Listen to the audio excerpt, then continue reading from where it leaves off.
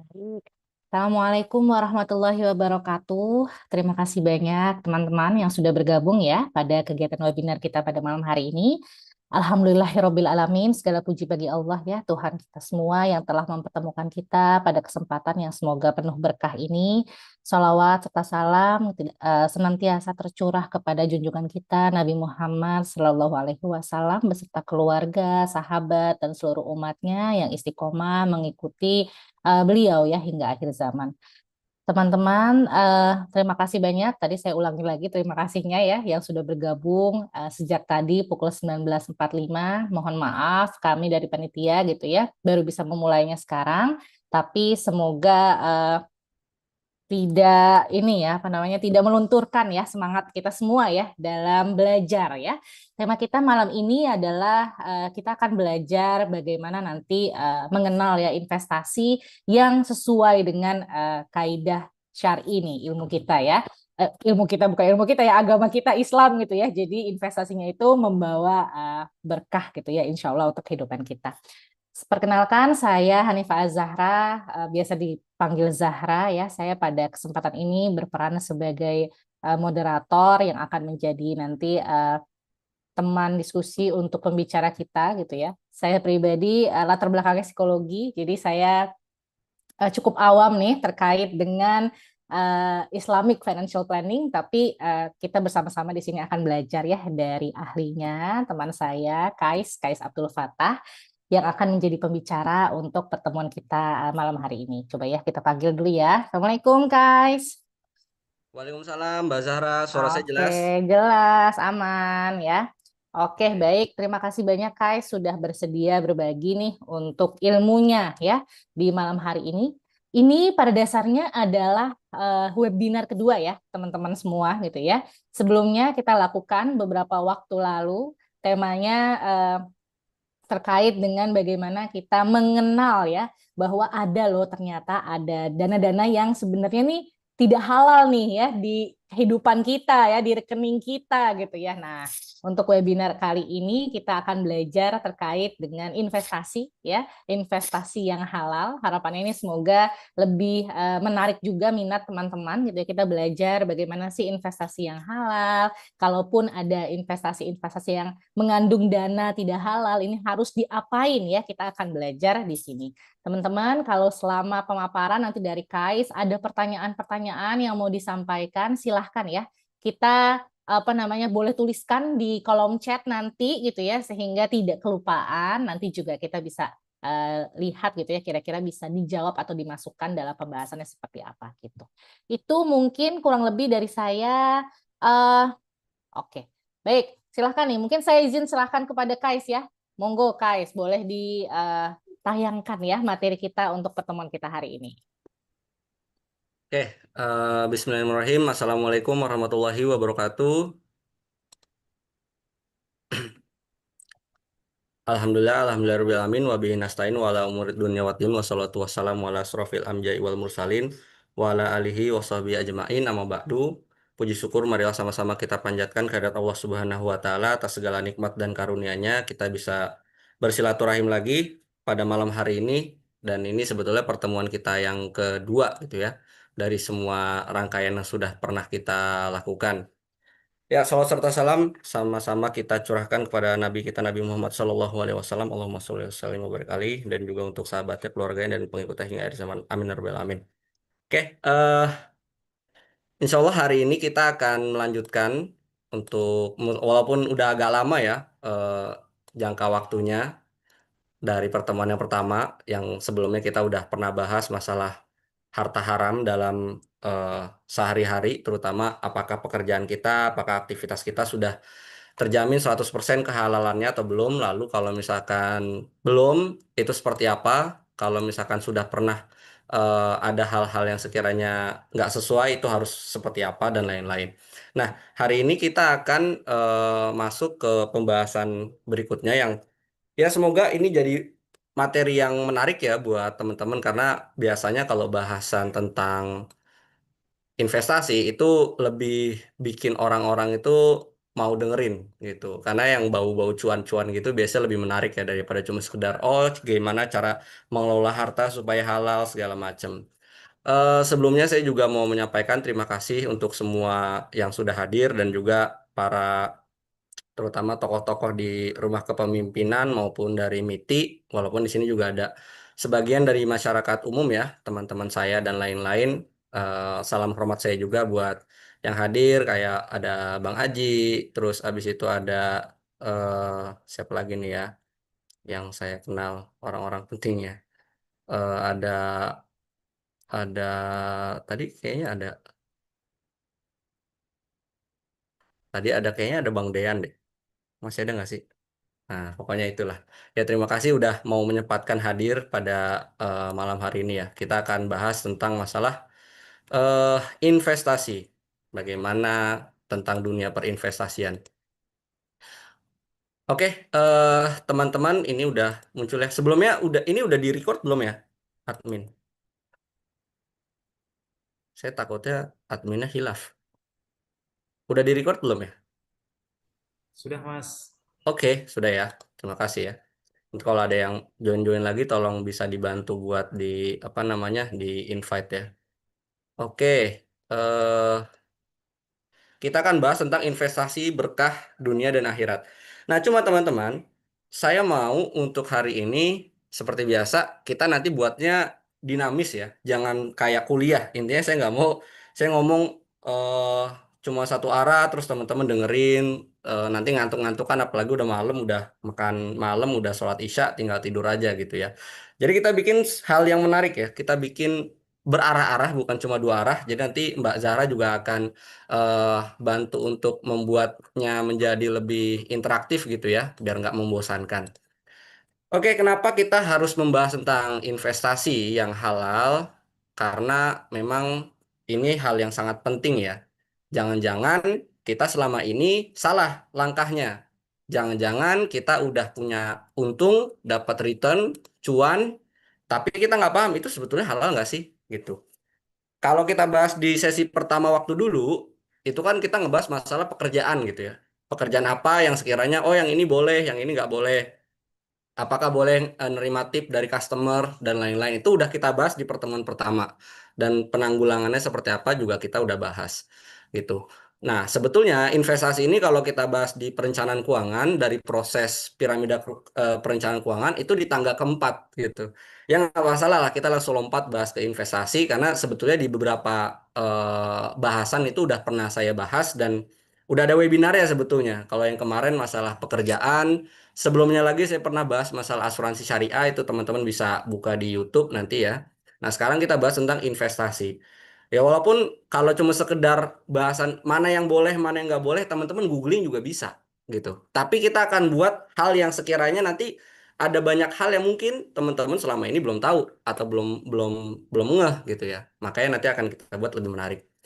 Nah, kenapa ini jadi hal yang penting banget? Jangan sampai gitu ya. Apalagi teman-teman yang udah punya tanggungan, udah punya keluarga, terutama yang kepala keluarga, ngasal gitu.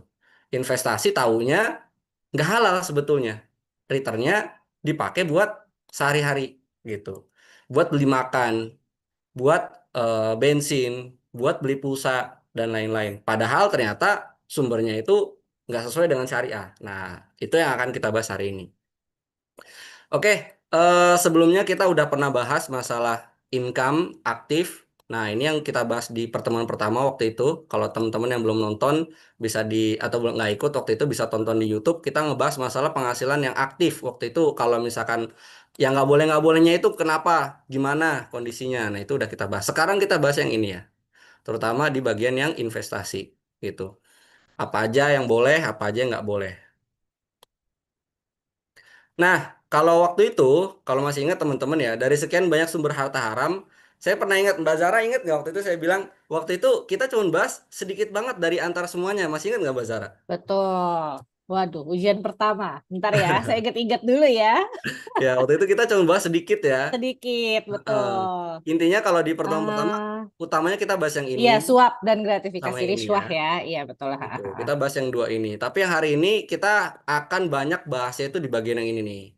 Nah, riba, maisir, dan gharar gitu. Jadi memang masih banyak banget yang kita perlu pelajarin dalam muamalah itu, mana yang boleh, mana yang nggak boleh. Cuma investasi erat kaitannya sama tiga hal ini ya, gharar, maisir, dan riba. Walaupun ya beberapa bisa jadi di dalamnya juga ada gitu. Apalagi kalau misalkan yang cukup complicated ya, kayak misalkan pasar modal itu bisa jadi ada hal-hal lain juga yang terjadi di situ. Kayak misalkan pom-pom saham atau nggak misalkan beli saham gorengan itu juga ada tuh, kayak saham gorengan tuh masuknya ke sini nih gitu. Nah, tapi itu kita nggak bahas terlalu detail malam hari ini. Kecuali kalau ada yang nanya ya. Gitu. Oke, jadi seperti ini ya kurang lebih kalau soal instrumen investasi ada apa aja. Karena ini sebagai pengantar, saya nggak ngebahas terlalu detail masalah masing-masing instrumen investasi itu apa. Karena itu ada bahasannya tersendiri gitu. Atau kalau misalkan kalau nanyanya nanti ada yang nanya, saya kira-kira bagusnya investasi syariah apa ya? Nah, itu bahasannya pertanyaan-pertanyaan konsultasi gitu. Karena saya harus tahu profil resikonya seperti apa, kondisi finansialnya seperti apa, pemahamannya dan lain-lain. Jadi nggak bisa kalau misalkan ini buat bocoran aja, jangan nanya saya cocoknya investasi apa, karena nggak akan saya jawab juga kayak gitu ya. Dari sekian banyak ini ada dari segi pertimbangan dari keuntungan maupun resiko. Ada yang konservatif, moderat, agresif. Dan ini saya tulis berdasarkan pakai sudut pandang syariah. Makanya di sini nggak ada trading dan lain-lain. Trading apa? Forex trading dan lain-lain. Seperti itu. Dan membiasakan juga pakai istilah-istilah yang tepat gitu. Nanti saya akan jelasin. Karena dalam Islam itu penting ya teman-teman menggunakan istilah yang tepat gitu. Minjem di bank syariah itu salah ngomongnya. Atau misalkan kita ngomong sama halnya kayak kalau misalkan kita punya restoran gitu ya. Walaupun jualannya ayam, tapi kalau misalkan kita jualnya ayam goreng setan, nah itu kan nggak bisa dapat sertifikat halal. Makanya dalam Islam itu penting banget menggunakan istilah yang betul. Makanya di sini saya menyesuaikan dengan istilah-istilah yang betul sesuai syariat juga seperti itu. Nah, eh ilmu dasar fikih muamalah, walaupun ini bukan kelas fikih ya. Jadi kemarin saya juga perlu apa namanya ada yang ditekankan bahwa ini bukan kelas kajian kitab karena saya bukan ustadz, saya bukan ulama, bukan ahli dalam fikih muamalah, cuma sedikit sharing aja karena harus ada kaidah-kaidah gitu. Financial planner syariah kalau nggak bawa-bawa dalil itu nggak lengkap gitu. Kalau saya mazhabnya kayak gitu. Kadang ada orang bilangnya, oh kalau kalau misalkan bahas keuangan syariah itu nggak harus selalu bawa dalil. Bagi saya penting. Dalil itu penting banget. Kalau nggak ada, terus dasarnya apa gitu kan? Nah ini saya bawanya itu kaidah dasar ya, kaidah fikih muamalah, kaidah usul fikih, al aslu fil syuruti, fil muamalati al hilu wal ibahah illa bidalil. Kalau biasanya yang lebih singkatnya lagi al aslu fil muamalatil al ibahah gitu.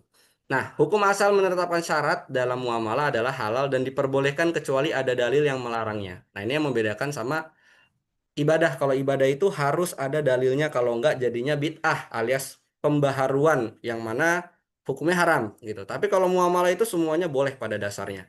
Seperti itu. Tapi hari ini kita bahas investasi. Tolong jangan tolong jangan dipotong-potong ya. Ini saya ngomong habis ini agak kontroversial soalnya. Realitanya di dunia kita saat ini, saya bisa mengatakan eh seluruh instrumen investasi dan produk keuangan pada dasarnya haram kecuali ada keterangan syariahnya. Nah, ini kan sebetulnya bertolak belakang sama kaidah asli gitu ya kalau dalam muamalah. Dalam muamalah tuh semuanya kita nggak ngomongin masalah ini udah halal apa belum karena aslinya itu pasti halal gitu. Tapi ketika kita ngomongin realita di dunia saat ini, baik itu produk keuangan maupun produk investasi, defaultnya itu biasanya itu haram. Agak mencengangkan gitu ya. Saya ambil contoh misalkan, ada bank. Kalau kita ngomongin bank, itu pasti asosiasinya pasti yang prakteknya itu tidak syariah. Makanya ada bank non syariah. Saya nggak menyebutnya bank konvensional, agak agak nggak suka gitu ya kalau nyebut bank konvensional. Ada bank non syariah, itu yang udah hadir dari ratusan tahun yang lalu gitu. Baru ada bank syariah itu di Indonesia baru zaman Orde Baru gitu. Setelah 100 tahun gitu kan. Jadi defaultnya sampai sekarang pun juga sama. Kalau disebut bank konvensional, konvensional itu kan hal yang lumrah, hal yang secara konvensi itu diakui gitu ya. Yaitu defaultnya itu tidak syariah. Makanya saya lebih suka nyebutnya bank non syariah bukan bank konvensional gitu. Baru ada bank syariah itu berarti karena ada yang dibenerin di dalamnya. Secara akad, alur, bisnis dan lain-lain gitu. Sama halnya sama semua instrumen investasi. defaultnya itu haram gitu. Kecuali kalau ada keterangannya saham syariah, bank syariah, asuransi syariah dan seterusnya gitu. Karena realitanya begitu di lapangan. Ini di luar investasi ya. Mbak Zara, saya mau nanya gitu ya. Mbak Zara tahu koperasi kan? Ada koperasi gitu Tahu. ya. Mm-mm. Kalau Mbak Zara tahu nggak koperasi itu biasanya tuh skemanya tuh kayak gimana? Nggak tahu. Simpan pinjam Simpan, gitu. Pinjam. pinjam. Ah, Akad yang dipakai apa? Tahu nggak? enggak. Enggak. Apa tuh? Pakainya bunga Oh, oh ya ya ya. gitu.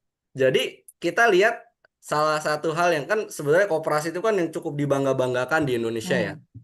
Koperasi, di foto koperasi itu apa? Bunga prakteknya. Hmm. Kita nabung di koperasi setiap bulan gitu ya atau setiap tahun itu kita dapat bagi hasil dalam tanda kutip, tapi prakteknya bunga.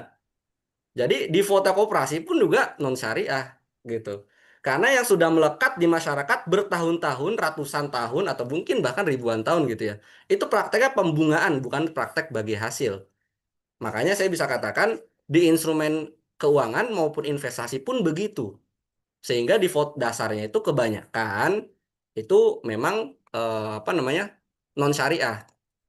Tapi memang uniknya kalau misalkan kayak di saham itu mayoritas saham itu saham syariah walaupun itu masih ada hilahnya dalam artian itu masih fatwa sementara lah karena kan belum ideal 100% gitu. Tapi ya itu better daripada nggak ada sama sekali. Jadi seperti itu. Kita ngomongin realita, bukan berarti saya bikin kaidah fikih sendiri gitu ya. Enggak, siapa saya kan. Cuman realitanya memang kalau kita ngomongin produk keuangan, kalau nggak ada embel-embel syariahnya, belum tentu syariah gitu ya. Jangankan yang nggak ada embel-embel syariahnya, yang udah ada embel-embel syariahnya aja masih kenceng banget itu di protesnya gitu. Itu kan ibarat kayak rumah rumah makan halal udah ada logo halalnya terus masih emang ini udah halal 100% gitu. Lah lu masih ngomongin itu halal apa enggak pada udah ada logo halalnya tapi sendirinya masih makan di tempat yang haram misalkan kayak gitu. Yang jelas-jelas non halal misalkan kayak gitu. Jadi seperti itu realita di lapangannya. Nah, ini perbedaannya teman-teman antara investasi yang syariah dan juga investasi yang tidak syariah. Apa aja contoh-contoh investasi syariah? Ada sukuk, ada saham syariah, ada deposito syariah, reksadana syariah, dana pensiun syariah, peer-to-peer syariah, dan lain-lain. Makanya tadi saya bilang ya, defaultnya itu ada embel-embel syariahnya gitu. Kecuali apa? Kecuali sukuk. Karena kalau sukuk secara head to head memang dia udah menjadi lawannya obligasi. Makanya kalau teman-teman ada yang ngelihat misalkan di postingan atau manapun ada yang nyebut obligasi syariah, oh berarti dia belum belajar fikih muamalah yang lengkap gitu. Karena kalau orang udah belajar secara detail gitu ya, nggak ada yang namanya obligasi syariah. Yang namanya obligasi itu pasti non syariah. Karena kalau obligasi syariah, maka dia adalah obligasi tanpa bunga gitu. Bukan bunga 0%. Tanpa bunga, ini bahasa marketing lagi. Bunga 0% dan tanpa bunga itu beda ya. Tapi ya realitanya hampir tidak ada lah. Obligasi pasti ada bunganya. Makanya nggak ada obligasi syariah gitu. Fatwa terbaru MUI pun juga fatwanya tentang sukuk tahun 2021 gitu, bukan tentang obligasi syariah. Itu ada perubahan istilah gitu ya, karena yang lebih sesuai itu istilahnya namanya sukuk. Jadi begitu. Eh, lawannya seperti itu. Yang non syariah yang jelas ada obligasi, ada saham, deposito, reksadana, dana pensiun, peer to peer, SC forex trading. Forex trading ada nggak yang halalnya? Trading forex itu bukan untuk mencari keuntungan teman-teman. Karena yang disebut trading forex pertukaran gitu ya, mata uang asing, falas, itu karena kondisi yang membutuhkan, bukan karena kita nyari untung. Nyari untungnya dengan spekulasi lagi. Makanya kenapa forex trading itu diharamkan gitu. Tapi kalau misalnya kita nuker rupiah ke rial karena kita mau umroh misalkan ya itu dibolehkan gitu. Ya itu pada dasarnya trading forex juga, tapi kan ini maksudnya menukarkan uang, beli rial gitu misalkan atau beli USD itu diperbolehkan. Tapi kalau untuk spekulasi seperti praktek-praktek orang pada umumnya gitu ya, yang melakukan trading forex, nah itu yang diharamkan. Jadi simpelnya kayak gitu. Kalau misalkan teman-teman lihat ada reksadana manajer investasinya, misalkan ini contoh aja ya, BNP Paribas. Nah, dia nggak ada embel-embel syariahnya. BNP Paribas eh, apa namanya environment bla bla misalkan kayak gitu. Ini BNP Paribas tapi di boikot ya karena laporan terbaru dia disebut sama PBB ikut kontribusi di Israel. Itu contoh aja nama manajer investasi. Nggak ada embel-embel syariahnya berarti dia non syariah. Seperti itu, sesimpel itu aja kita kalau misalnya ngelihat apa namanya contoh-contoh instrumen investasi yang tersedia di masyarakat gitu. Kenapa itu penting? Karena ketika ada embel-embel syariah, ada yang menjamin. Saham syariah misalkan. Saham syariah itu apa namanya? Ada yang menjamin dia itu siapa yang berani mengatakan bahwa itu tuh syariah gitu. Ini apa sih? Nah, jadi kalau misalkan teman-teman nanti bisa di-download ini ya materinya, tinggal teman-teman isi apa namanya daftar kehadiran. Ini bisa diklik ya, klik kanan atau misalkan kalau dari HP langsung diklik. Nah, teman-teman bisa belajar tentang apa itu pasar modal syariah. Silahkan di-download karena ini gratis dari websitenya OJK. Tinggal diklik logo halalnya ya teman-teman ya, Stay Halal Brother. Nah, terus di sini juga ada saham syariah. Apa itu saham syariah? Teman-teman klik aja di sini. Ada yang namanya daftar efek syariah. Ini selalu diperbarui. Yang terakhir 2024 bulan, saya lupa nih bulan apa ya. Bulan April kalau nggak salah. Ini akan diperbarui terus-menerus kayak gitu. Daftarnya ada apa aja, teman-teman bisa baca di sini. Seperti itu. Walaupun ya perusahaannya bukan berarti kayak misalkan ada perusahaannya apa? Indofood, bukan Indofood Syariah, enggak kayak gitu. Tapi saham Indofood itu masuk ke dalam saham syariah. Nah, ini daftar efek syariahnya ada banyak banget, teman-teman bisa lihat sendiri nanti di sini. Kayak gitu. Jadi udah ada yang bertanggung jawab terhadap apakah suatu efek itu merupakan efek syariah atau bukan. Saat ini memang belum ideal ya, teman-teman. Kenapa dikatakan belum ideal? Karena untuk masuk ke dalam saham syariah, pertama unit bisnisnya harus bergerak di bidang syariah, otomatis langsung ke terhempas tuh bank non syariah, asuransi non syariah, investasi non syariah, perusahaan bir, perusahaan judi dan lain-lain, otomatis itu langsung keluar. Yang kedua screeningnya adalah nggak boleh punya utang berbasis bunga sebesar di atas 45% gitu. 45% dari mana? Itu hanyalah ijtihad aja. Karena sementara angkanya masih segitu. Kalau misalkan mau yang lebih fundamentalis lagi, saya nggak mau ada utang berbasis bunganya, ya silahkan bisa juga pilih yang 0% juga ada. Beberapa perusahaan juga ada yang bunganya itu, utang bunganya itu 0% ya, salah satunya Bank Syariah gitu. Yang jelas-jelas nggak ada utang bunganya. Yang ketiga, total penghasilannya yang tidak halal maksimal 10%. Nah, itu juga sama, masih ijtihad sementara aja. Karena dalam waktu dekat, POJK yang akan diterbitkan itu akan membahas bahwa daftar efek syariah yang selanjutnya itu 5% maksimal. Nah, itu sebetulnya berita segar tuh, supaya saham-saham yang tersedia itu lebih syariah dalam tanda kutip gitu ya. Better 10% sama 5% yang mending 5% gitu ya, daripada apa namanya nggak diatur sama sekali gitu ya. Idealnya emang 0% penghasilan non halalnya, karena nggak semua penghasilan perusahaan itu kan halal ya kan, otomatis seperti itu. Sesimpel kayak gini aja teman-teman, nggak usah deh ngomongin perusahaan, perusahaannya di pasar modal belum pada halal 100%, berarti saham nggak ada yang syariah. Yang ngomong kalau misalkan masih nabung di bank konvensional ya berarti bank konvensional, bank non syariah, berarti ya sama aja dia ngata-ngatain perusahaan dianya sendiri juga belum syariah 100% gitu. Karena ketika suatu perusahaan itu punya rekening non syariah, otomatis kan dia punya bunga dan itu kan diakui menjadi penghasilannya dia. Jadi otomatis hampir semua perusahaan itu pasti punya penghasilan tidak halal gitu. Bedanya kalau di bank syariah itu ada namanya TBDSP, tidak bisa diakui sebagai pendapatan gitu. Yang itu dialokasikan menjadi dana sosial. Itu kita pernah bahas di pertemuan pertama.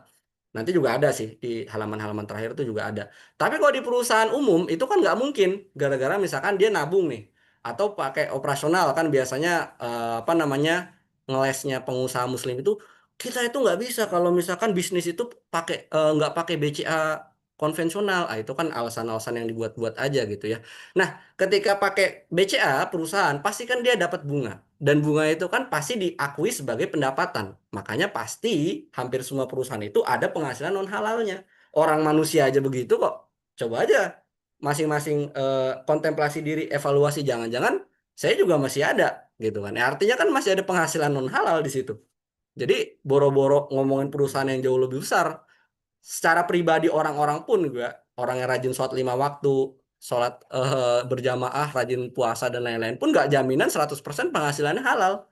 Salah satunya dari bunga itu, apakah dia udah rutin ngeluarin apa enggak kan gitu.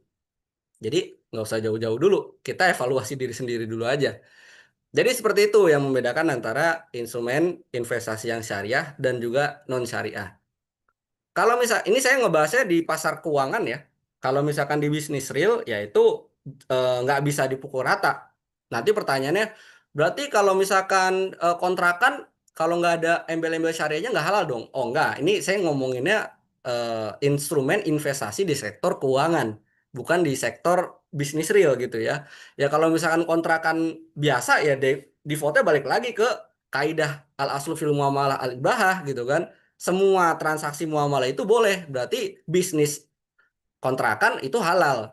Tergantung nanti bisnis kontrakannya seperti apa. Apakah kontrakannya itu campur laki-laki perempuan, terus habis itu nggak ada pembatasan. Nah itu kan agak teknis. Gara-gara itu kan nggak bisa kita apa namanya mengeneralisir semua bisnis kontrakan itu halal atau semua bisnis kontrakan itu haram, nggak bisa gitu. Karena tergantung teknisnya seperti apa si pelaku usahanya kayak gitu.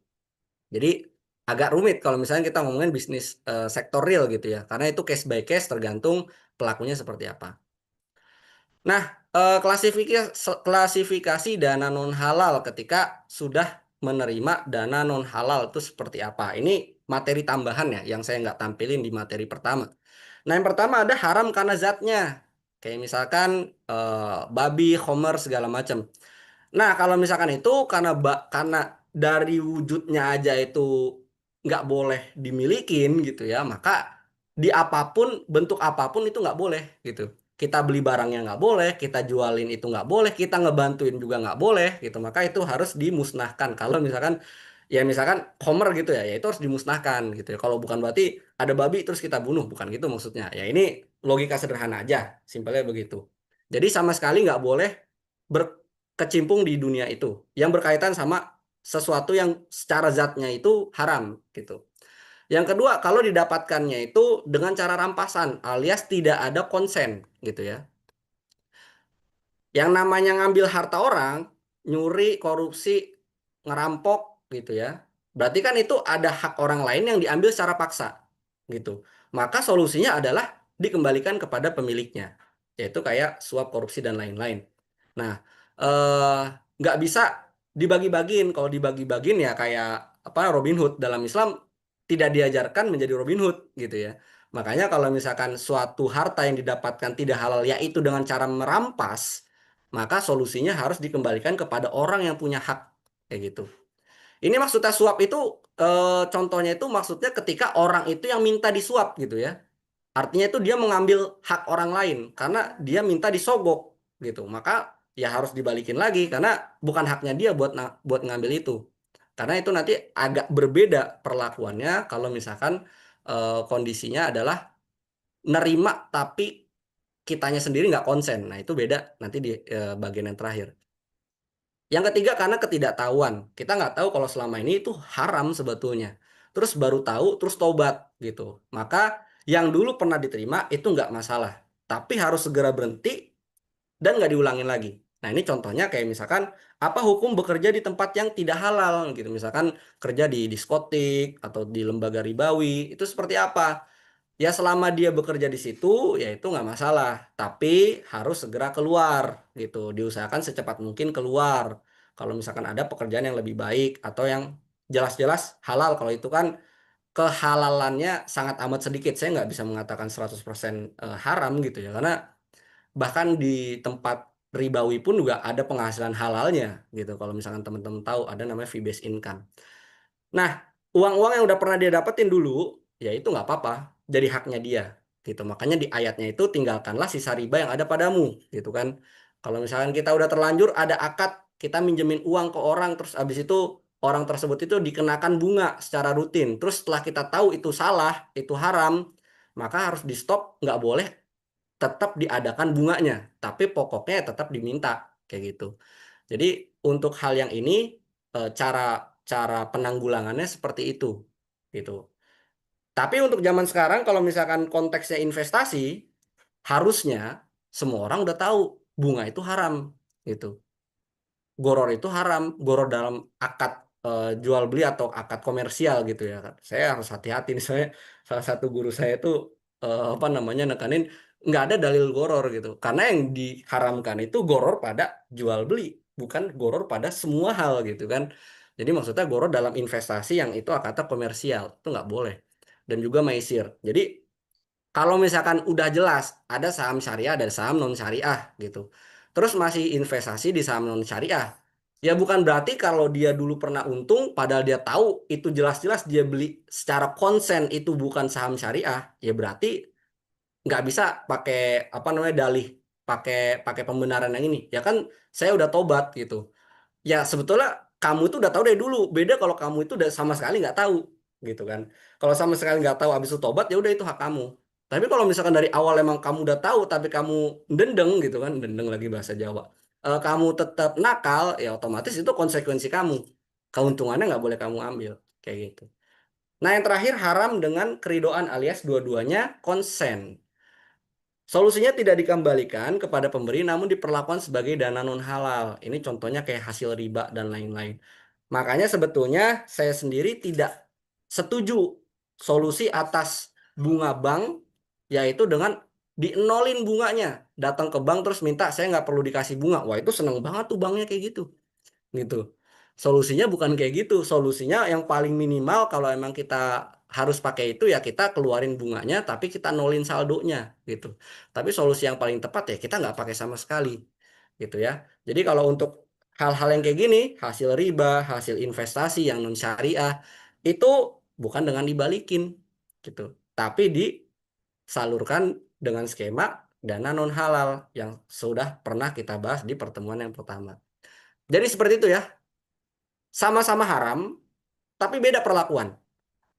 Zat karena haram zatnya, karena mengambil hak orang lain dengan tanpa konsen, karena ketidaktahuan dan karena dua-duanya ridho gitu. Ini pertanyaan klasik.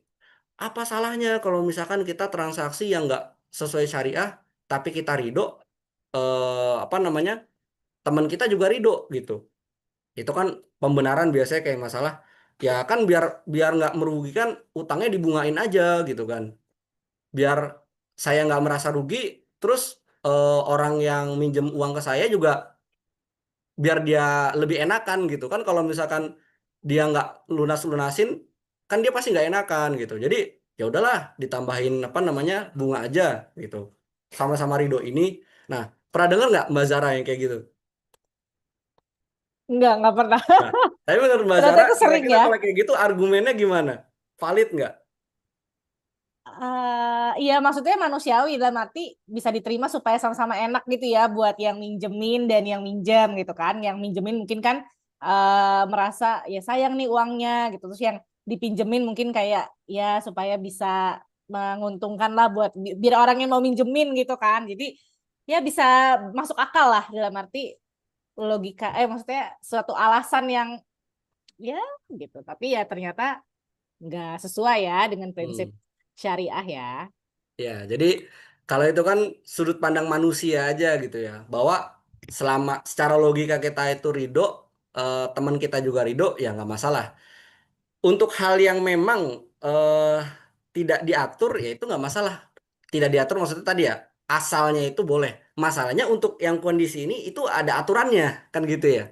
Ternyata dalam muamalah itu diatur gitu, bahwa ketika utang itu dibayar apa namanya dibayar tapi ada penambahannya dan penambahannya itu dipersyaratkan baik itu dari awal di tengah ataupun pas di akhir dan kelebihan atau manfaatnya itu untuk si pemberi pinjaman maka itu hukumnya riba walaupun sama-sama ridho. Nah, terus untuk menjawab argumen itu gimana gitu kan?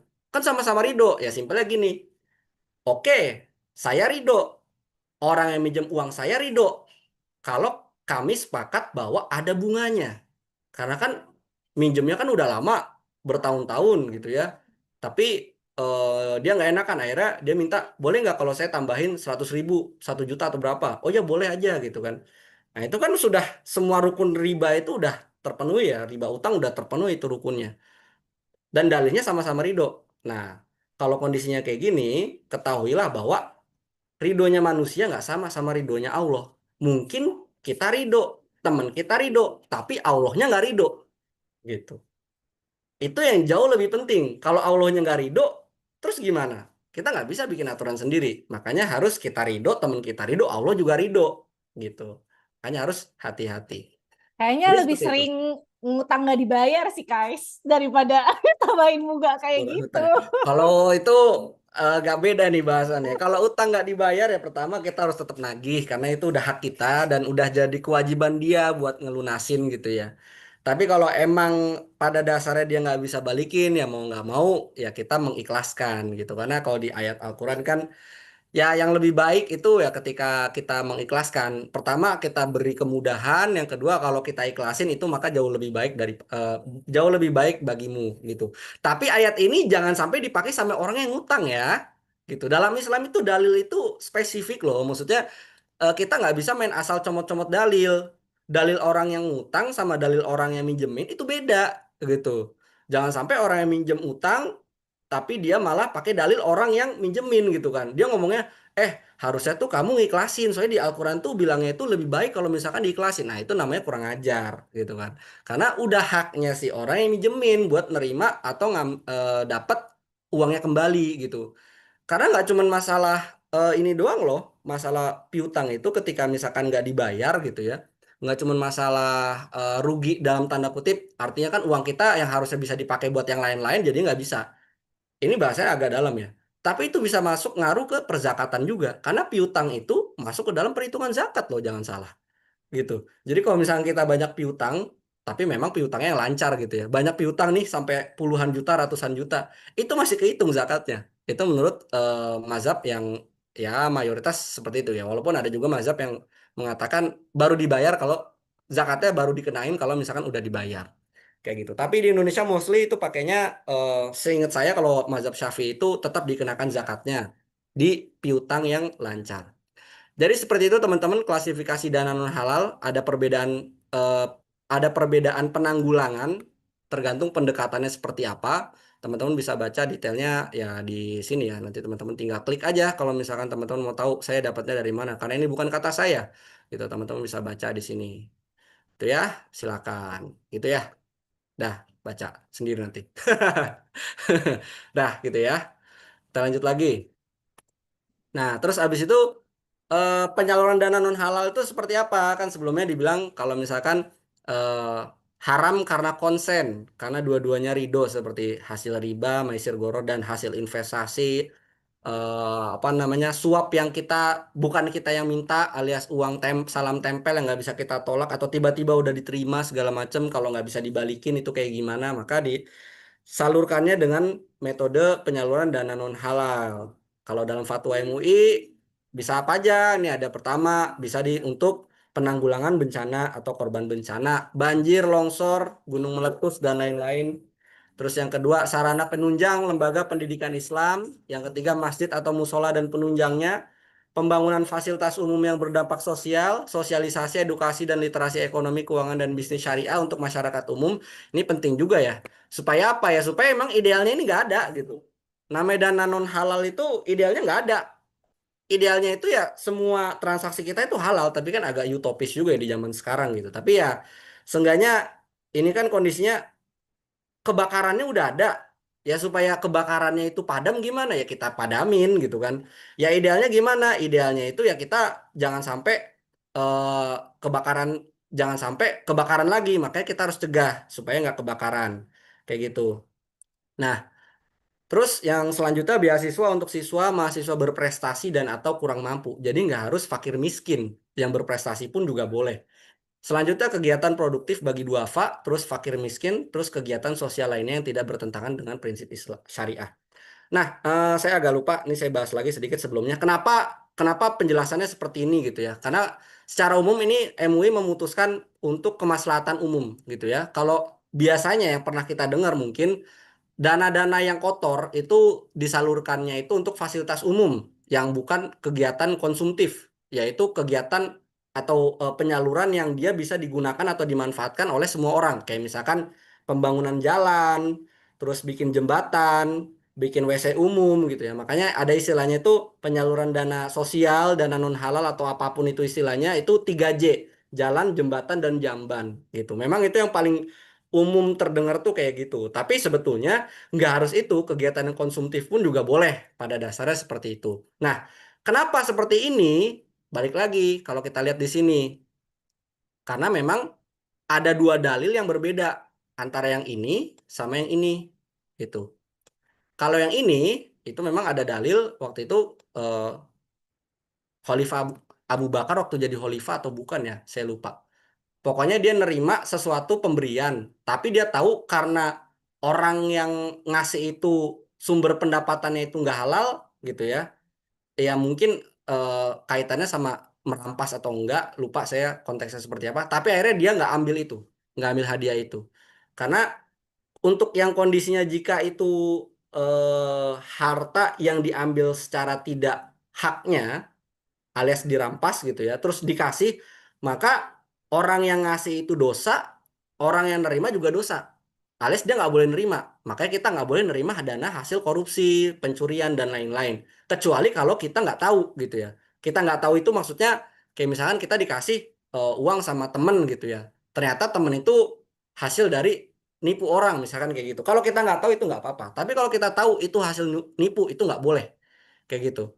Atau misalkan karena apa namanya transaksi yang memang transaksinya sah dan halal. Misalkan kita jual makanan gitu ya. Jual makanan tapi orang bayar ke kita karena dia beli makanan. Itu mau dia sumber dari mana itu urusan dia kayak gitu. Karena akad sama kitanya itu clear gitu ya. Kecuali kalau akadnya itu pemberian.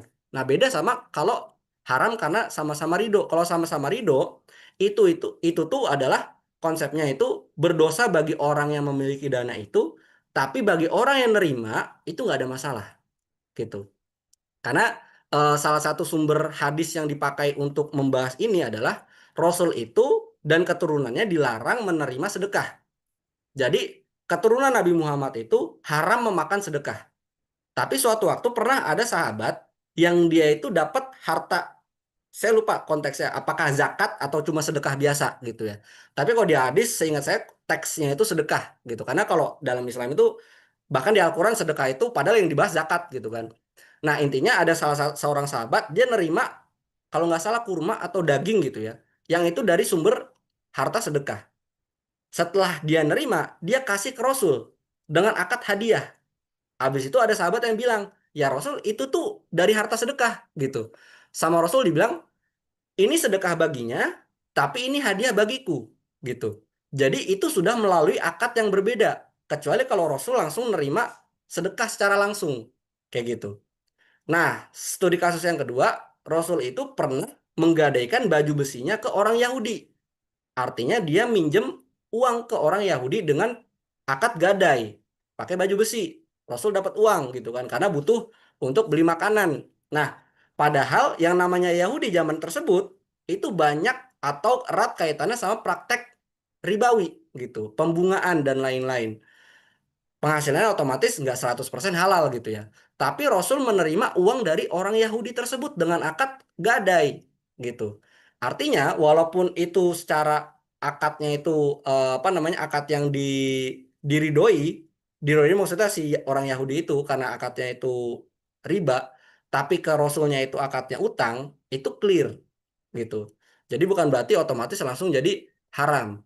Nah, makanya di fatwa MUI yang di sini tuh kayak gitu. Karena ketika konteks dana non halalnya ini adalah dana yang kalau misalkan dipakai sama orang yang punya itu haram, tapi kalau orang nerima dari dia itu halal gitu. Makanya di fatwa MUI ini nggak ngebahas masalah korupsi itu boleh buat yang kayak gini, nggak boleh gitu. Korupsi mencuri bukan berarti dibersihinnya pakai menyalurkan ke sini, enggak, karena solusinya harus dibalikin lagi. Jadi seperti itu. Oke, mungkin itu yang bisa saya sampaikan. Nanti kita buat jadi sesi diskusi, tanya jawab. Silakan teman-teman kalau ada yang mau didiskusikan. Saya lebih suka kalau ada yang open mic. Dari Mbak Zara juga boleh untuk apa namanya eh, ngasih feedback atau ngasih pertanyaan gitu ya. Nanti teman-teman silakan diisi apa namanya formulir kehadiran di sini supaya teman-teman nanti bisa dapatkan apa namanya materinya gitu ya. Karena di sini Materinya nggak cuma materi, tapi teman-teman bisa ngeklik-klik di sini biar teman-teman bisa dapat materi lebih dalam tuh kan. Teman bisa buka di sini. Atau misalkan teman-teman mau ada yang konsultasi lebih lanjut tentang perencanaan keuangan syariah, tentang zakat, infak sedekah wakaf, investasi, asuransi, cara mengelola keuangan, pencatatan segala macam, teman-teman bisa hubungin saya atau klik di sini ya. Gitu. Oke, mungkin itu aja. Saya kembalikan lagi ke Mbak Zara.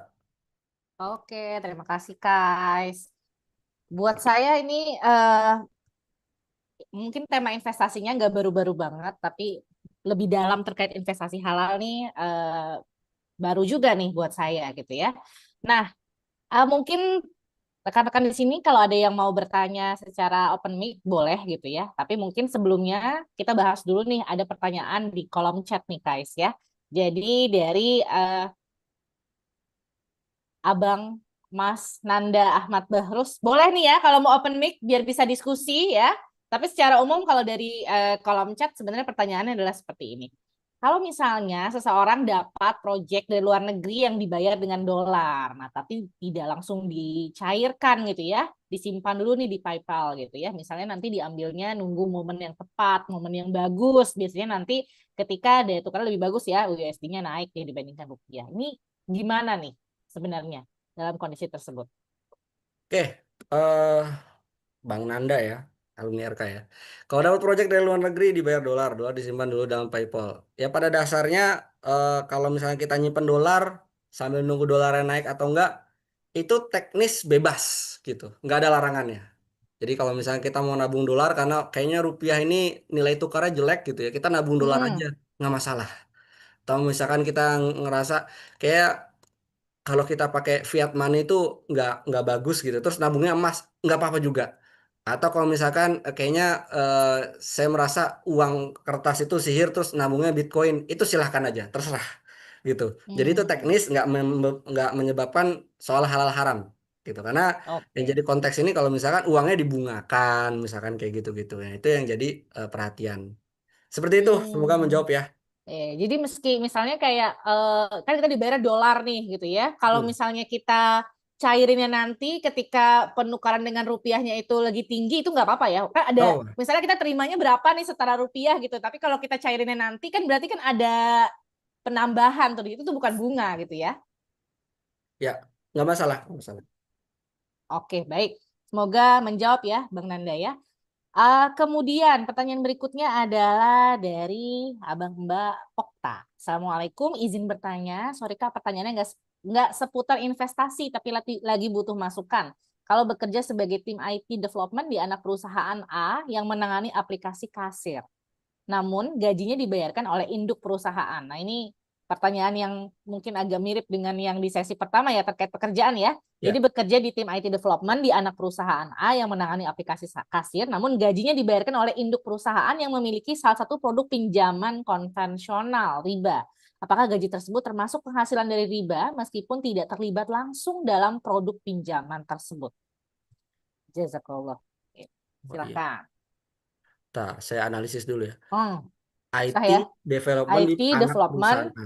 di yang menangani aplikasi kasir. Mengenai aplikasi kasir. Namun gajinya Nah, dibayarkan oleh induk perusahaan yang induknya. memiliki salah satu produk Heeh. pinjaman. Apakah gaji tersebut termasuk penghasilan dari riba meskipun tidak terlibat langsung dalam produknya? Halal, gajinya halal, insya Allah. Nggak Gajinya ada halal ya, masalah. bukan eh, penghasilan dari riba. Iya, karena Kenapa tuh halal? kenapa halal? Karena gini teman-teman, kalau misalkan teman-teman itu apa namanya, apalagi ini nggak secara langsung gitu ya. Nih kita ambil sebut aja misalkan ada perusahaan bank non syariah, misalkan BCA itu punya anak perusahaan, anak perusahaannya itu bergeraknya nggak ada kaitannya sama perbankan, tapi punya restoran misalkan kayak gitu aja ya. Itu. Hmm. Terus habis itu dia butuh aplikasi kasir. Terus kita jadi developer untuk pembuatan aplikasi kasir di perusahaan anak perusahaannya BCA tersebut. Tapi yang bayaran itu BCA, ya itu nggak masalah. Karena pekerjaan kita secara Hmm. profesional Oke. sebagai IT development gitu. Yang itu ngurusinnya kasir gitu. Hmm. Bikinnya aplikasi kasir. Aplikasi kasir itu kan secara dasarnya halal gitu ya al asul fil muamalah al ibahah gitu kan ini nggak ada titik kritisnya kalau di soal sekedar aplikasi kasir doang gitu terlepas sumber pembayaran dari manapun gitu ya Hmm. dari manapun, bahkan even gitu ya, dia perusahaannya dari sumbernya itu dari induknya itu perusahaan bir misalkan, itu nggak masalah. Iya, ya. Karena Karena kita tadi bekerjanya tadi bekerja secara halal profesional ya. nggak Nah. berkaitan langsung sama itu. Kecuali kalau misalkan kita jadi IT development untuk perusahaan bir, itu jelas nggak boleh gitu. Oke, baik. Karena kalau kayak gitu otomatis kita ya dapat uang dari penghasilan yang non halal itu, karena bisnis utamanya ya jualan yang nggak halal gitu ya. Selain itu juga otomatis kita tolong menolong dalam keburukan atau kemaksiatan, itu nggak boleh. Jadi seperti itu. Nah, yang agak rumit itu kalau misalkan kita kerja di perusahaan konsultan, terus habis Hmm. itu kliennya itu lembaga non syariah misalkan kayak gitu, atau perusahaan yang bergerak di bidang tidak halal. Nah, itu yang susah tuh yang kayak gitu. Tapi kalau ditanya seperti itu, jawabannya tergantung posisi kita. Kalau posisi kita cuma staff yang kita nggak bisa menentukan siapa kliennya, maka lakukan aja. Walaupun klien kita itu bukan perusahaan yang bergerak di bidang yang halal. Tapi perbanyak istighfar, banyak-banyak tobat, banyak-banyak sedekah gitu ya. Kalau saya saraninnya kayak gitu. Tapi kalau kita sebagai Hmm. orang yang punya kuasa, misalkan kita manajer, kita direktur, nah kita bisa menentukan kita ambil project atau enggak. Maka jawabannya nggak boleh diambil projectnya. Karena jelas-jelas otomatis kita tolong menolong dalam kemaksiatan gitu. Jadi tergantung posisinya. Simpelnya kayak gitu. Wallahu alam. Semoga menjawab ya. Baik, semoga menjawab dan agak memberikan kelegaan juga ya. Saya mendengarnya kayak, oh, alhamdulillah, berarti bukan termasuk penghasilan dari riba ya. Oke, baik. Selanjutnya pertanyaan dari Huna M. Izin saya mau tanya Mas, untuk investasi di Bitcoin dan produk investasi kripto lainnya, bagaimana hukumnya dalam Islam? Apakah jika pelaku investasi mengetahui betul mengenai apa yang dia pilih, mengetahui teknik analisis, dan memantau semua indikator dan berita dan siklus Bitcoin di beberapa negara lain sudah jadi mata uang negara tersebut, contohnya El Salvador, Republik Afrika Tengah, dan sudah banyak diperdagangkan di seluruh dunia. Apakah hukumnya ya? Nah, ini pertanyaan yang cukup kita antisipasi ya terkait dengan Bitcoin dan kripto ya. Silahkan Nah, guys. udah kita antisipasi ya Mbak Zara ya, karena saya yakin pasti ada yang nanya itu gitu. Apalagi tadi saya nggak nulis kripto di situ ya. Oke, jadi kripto ini emang agak jelimet ya. Pertama, saya bukan ahlinya gitu. Saya harus mendeklarasikan dari semua instrumen investasi yang paling tidak saya kuasai itu di dunia perkriptoan gitu ya. Jadi ya itu bukan ahlinya saya, sehingga kalau misalkan nanti ada yang bisa melengkapi atau menjelaskan lebih detail, ya silakan aja kalau ada yang mau open mic. Saya sangat terbantu kalau misalnya ada yang mau jelasin. Tapi intinya gini, MUI itu menetapkan bahwa mata uang kripto itu bisa jadi halal. Tapi memang kalau misalkan dia gorornya tinggi maka haram. Jadi salah satu yang penting di situ adalah ada underlying aset gitu. Tapi di fatwa itu nggak serta-merta mengatakan semua kripto itu haram. Nggak. MUI nggak mengatakan kayak gitu. Nah yang kedua, banyak yang sudah mengkaji terkait masalah hukum dari kripto ini gitu.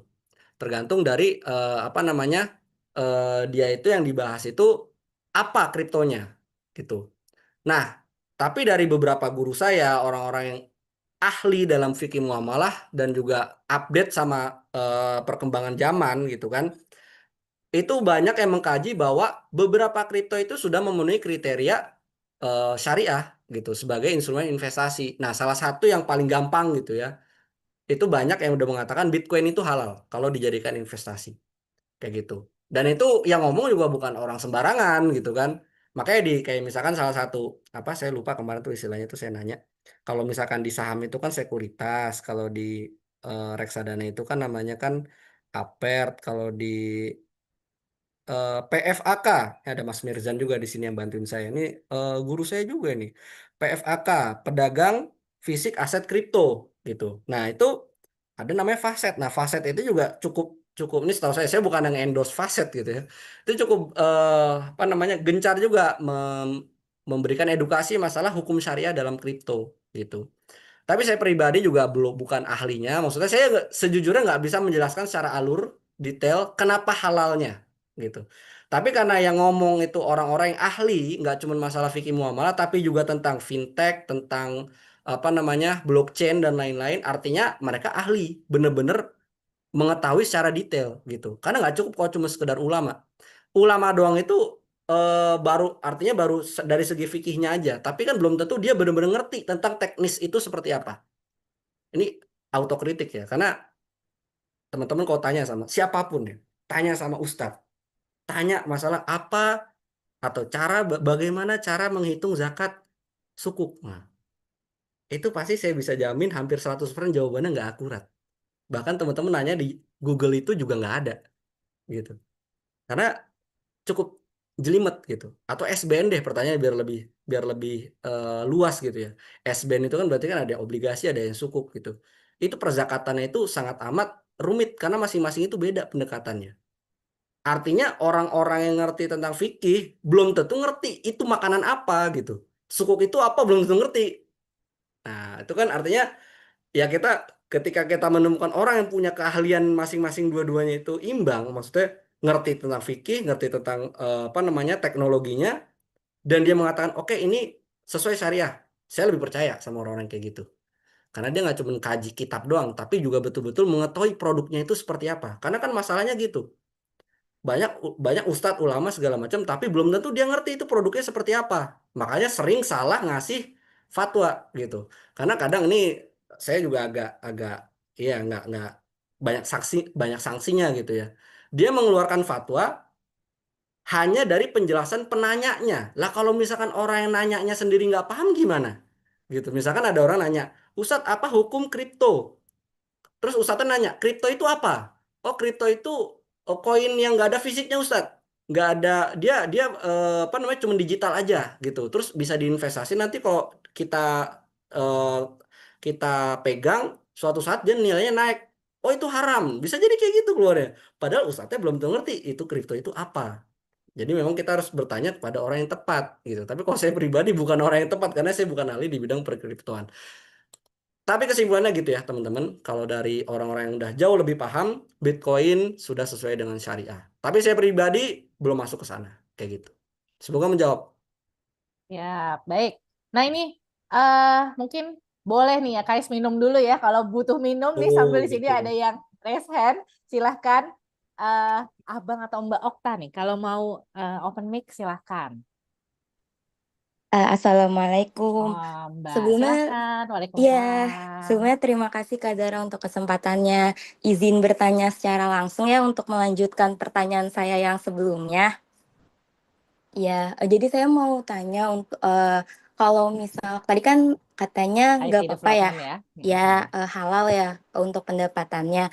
Tapi kalau produk aplikasi kasir ini dimasukkan ke dalam induk perusahaan, jadi dia udah termasuk bagian dari induk perusahaan dan penghasilan induk perusahaan ini kan sudah tercampur ya terhadap keseluruhan produknya. Berarti itu untuk gaji dari IT tim development-nya juga masuknya ke halal ya, Kak Kais? Ya, jadi walaupun itu aplikasinya masuk ke dalam induk perusahaan, balik lagi, kalau misalkan posisinya adalah kita hanya sebagai staff, tadi Hmm. kita nggak punya kuasa. Karena kan apa namanya kita juga harus melihat kaidah fikih secara prioritas gitu ya. Kalau misalkan kita merasa gara-gara kayak gitu terus kita nolak, kita dipecat, malah lebih banyak mudorotnya gitu. Jadi lebih baik kita tetap bertahan di situ, kita kerjain aja. Tapi karena kita tahu itu nggak bisa, itu nggak sesuai gitu. Maksudnya, wah berarti kalau misalnya saya ngerjain ini, otomatis saya nolongin si perusahaan yang tidak syariah itu dong. Kan gitu ya. Memang betul, tapi itu tidak bisa kita hindarin gitu. Kalau kita hindarin dalam artian saya mau gue kerja, nanti saya dipecat gitu kan. Atau saya kena SP atau saya kena segala macam, intinya jangan sampai mudorot itu malah muncul. Sehingga ya kerjain aja walaupun memang tidak ideal gitu. Karena pada dasarnya kan dalam Islam kalau misalkan kita melihat sebuah kemungkaran, yang pertama kita ubah dengan apa? Yang pertama dengan tangan gitu ya. Dengan apa yang bisa kita lakukan secara langsung. Kalau nggak bisa, kita ubah dengan lisan, kita sampaikan, oh ini tuh sebetulnya nggak boleh gitu, idealnya seperti ini segala macam. Tapi kalau nggak bisa juga, maka dengan hati, dan itulah selemah-lemahnya iman. Jadi ya udah, saya tahu ini tuh nggak ideal, nggak bagus, tapi ya mau gimana? Pokoknya saya dari hati sendiri, saya juga tahu ini tuh salah gitu. Nah cuman ya kondisinya kalau misalkan jadi pelakunya mau nggak mau karena nggak bisa kita cegah, ya udah banyak-banyak istighfar, banyak-banyak bertobat, banyak-banyak sedekah. Sedekah. Dan berdoa terus semoga ke depannya proyek-proyek yang kita handle itu lebih aman gitu. Jadi kitanya juga lega gitu, kerja juga enak, terus juga insya Allah juga berkahnya juga dapet dan seterusnya. Cuma kalau misalkan masih kecampur-campur ya mau nggak mau gimana lagi gitu ya, daripada kita malah gak kerja terus malah jadi makin mudorot kan gitu. Kecuali dapat penawaran dari perusahaan lain yang lebih aman dari proses bisnisnya ya, itu boleh tentunya jadi pertimbangan berarti Ya, kan. cuma kan indis ekonomi Iya, gitu indeks ya, indis ekonomi ya. ekonomi kan nggak semudah itu gitu kan. Kalau misalnya kita nyari kerjaan yang lebih enak, tapi ya udah kita jalanin aja apa yang sekiranya bisa kita lakukan, gitu ya. Semoga jelas ya, Mbak Okta. Oke, ya, ini ada sapaan ya dari Ketua Ikatan Alumni RK nih yang baru dia Ikam. Katanya seru nih topiknya kalau dibawa diskusi offline. Wah, ini menarik lah ya. Kais tinggal tunggu undangan aja nih ya. Kalau ada undangan dan waktunya tepat mungkin Wah, bisa ya. kalau ketum sudah berfatwa, kita harus siap ini. Harus siap ya, Iya dipanggil ya. dong. Iya, udah siap gerak aja ini kita. Nah, Oke, kita siap tuh rayakan Ikam kontribusi ya. nih. Jadi Masuk tuh silahkan. barang. Oke, oh baik, tadi Okta udah ada tambahan lagi nih ya, kalau aplikasi kasirnya dimasukkan ke dalam Indok. Tadi semoga sudah terjawab ya. Pertanyaan selanjutnya dari Bang Jundi Fatan. Mau nanya Bang, kalau saya jadi implementator atau maintainer dari software atau aplikasi yang dirilis oleh pihak-pihak yang diboikot, apakah boleh ya? Apakah balik lagi ke yang terkait dengan jabatan juga, staff atau manajer ya? Kalau staff berarti kuasanya lebih terbatas dibandingkan manajer. Gimana nih? Ini terkait dengan boykot ya. Kalau boykot seperti apa nih tanggapannya? Guys, silakan. Iya. Nah, ini Jundi ini adik saya nih, tinggal nanya Hmm. langsung. Susah banget pakai di webinar segala. Biar bisa diketahui oleh yang lain Oh dong gitu ya, ya, jawabannya. ya. Husnuzonnya gitu ya. Banyak IT development kayaknya di sini ya. Oke, kalau misalnya kita sebagai implementator atau maintainer, intinya jadi engineer gitu ya, pekerja teknisi di software yang dirilis oleh pihak-pihak yang diboikot. Lalu kayak gimana? Nah, eh for your information ya teman-teman ya, sebetulnya masalah boykot dan sejenisnya itu kan sebetulnya lebih ke arah strategi ya, strategi. Artinya ini bahasannya itu sebetulnya pada dasarnya kan perusahaan-perusahaan yang diboykot pun juga barang-barangnya halal gitu, bukan bukan barang-barang yang jelas-jelas haram gitu. Tapi kan ini kan sebagai strategi bahwa supaya kita itu memberikan tekanan gitu. Jadi udah masuk ke ranah-ranah politik juga, arahnya juga ke situ gitu ya. Sebagaimana dulu Rasul juga, zaman Rasul juga ada apa namanya, perbuatan boikotan kayak gitu. Nah, cuma gini, balik lagi, memang betul kalau misalnya tadi disebut apakah balik lagi ke terkait dengan jabatan juga, ya jawabannya iya, pastinya. Siapa kita kalau misalnya cuma entry level, kalau misalnya kita nggak kerjain ya nggak bisa juga gitu. Jadi mau nggak mau itu kita kerjain. Cuma ini menurut saya ya, kalau misalkan ada yang bisa lebih dalam ilmunya ya boleh ya, correct me if I'm wrong gitu ya. eh Resikonya nggak separah kalau misalkan kita ngebantuin perusahaan dalam tanda petik tadi ya, ribawi dan sejenisnya. Karena kan boikotan ini kan perusahaan-perusahaan biasanya perusahaan-perusahaan yang jualannya halal gitu ya. Ini misalkan contoh aja, misalkan kita jadi ngurusin softwarenya dari, contohnya apa ya? Contohnya Microsoft gitu. Microsoft kan jelas-jelas diboikot gitu. Walaupun kita pakai semua karena nggak bisa kita lepasin gitu. Habis itu kita megang project yang itu ngebantuin Microsoft gitu. Ya, bagi saya itu titik kritisnya tidak separah atau tidak seberat kalau kita bantuin BCA. Nangkap nggak ininya? Logikanya gitu ya. Karena kalau BCA itu jelas-jelas perusahaannya memang bergerak di bidang yang tidak sesuai syariah. Tapi kalau Microsoft dasarnya dia boleh, walaupun dia ya sengklek dikit gitu ya, gara-gara dia bantuin Zionis dan seterusnya. Tapi seenggaknya itu tidak separah yang jelas-jelas perusahaannya memang operasionalnya itu fullnya itu atau hampir semuanya itu bergerak di bidang tidak sesuai syariah kayak gitu. Jadi memang idealnya ya sama, nggak dilakukan juga. Cuman kan balik lagi fikih prioritas, jangan sampai gara-gara itu kita malah jadi apa namanya, performanya turun segala macam. Jadi begitu kurang lebih jawabannya ya. Oke, baik. Nah, ini ada pertanyaan yang saya kira bagus juga nih ya dari Abang Mas Fikrang. Ini saya ada dana darurat yang saya taruh di reksadana pendapatan tetap. Nah, tertulis namanya di situ ada embel-embel syariahnya. Mm. Tapi tadi ngecek ulang, alokasinya ternyata 78% ke obligasi corporate. Nah, Oke, tadi saya Kais paham. bilang obligasi itu nggak ada yang syariah. Saya paham, saya paham. Gimana nih? Saya Mm-mm. paham. Saya tebak, pasti pakainya bibit. Ya nggak? Saya tahu nih maksudnya. Oh gitu. Pasti Ha, pakainya aku bibit. juga pengguna nih, boleh dijelasin. Tapi coba-coba. Tertulis namanya embel-embel syariah ya. Oke, kita bahas agak teknis di sini. Jadi teman-teman, tidak semua perusahaan itu punya pemahaman syariah yang bagus gitu ya. Nah, salah satunya Apert ini, agen penjual efek reksadana. Nah, mereka ini, nih ya, saya bisa nebak itu bibit karena bibit begitu bahasanya. Reksadana, syariah, obligasi. Wah, ini muncul semua ya kan. Ini kan pasti pertanyaannya gitu ya. Saya punya, ini muncul kan ya, share screen saya ya. Lagi buka bibit. Muncul. Betul ya? Oke. Nih ya, syariah, obligasi terus muncul semua. Misalkan, oh ternyata tadi Fikrang yang nanya ya, teman saya juga yang Mm-mm. nanya. Nah, misalkan saya naruh di Trimegah dana tetap syariah. Saya sih naruhnya di reksadana syariah, tapi kok katanya obligasi gitu. Nah, jadi ini bukan berarti dia naruhnya di obligasi konvensional atau non syariah, Oh teman-teman. iya ya. Hmm. Karena sebetulnya ini nggak tepat nih si bibit pakai bahasa reksadana Obligasi. obligasi.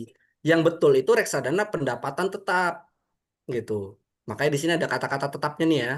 Kalau teman-teman perhatiin tadi juga di sini banyak yang ada istilah-istilah kalau nggak fix income, terus juga kalau nggak fix ya tetap gitu ya, tuh tetap syariah, fix income amanah dan seterusnya. Nah, itu maksudnya adalah reksadana pendapatan tetap, tapi mereka membahasakannya adalah reksadana obligasi. Bukan berarti mereka menginvestasikannya di instrumen yang tidak syariah, karena semuanya tetap instrumen syariah. Cuma pembahasan si bibitnya aja di bagian aplikasinya bahwa ini adalah obligasi, padahal mah enggak. Kita lihat aja di sini, tuh. Dia Oke. masukinnya bukan di obligasi, tapi di sukuk. Jadi bukan obligasi korporasi, tapi sukuk korporasi ini namanya nih. Sukuk mudorobah, dan seterusnya. Tuh kan, ada deposito juga, depositonya pun di bank syariah. Taruh di sukuk negaranya pun juga yang FR syariah. Sebenarnya bukan FR namanya, tapi PBS, Project Based Sukuk gitu.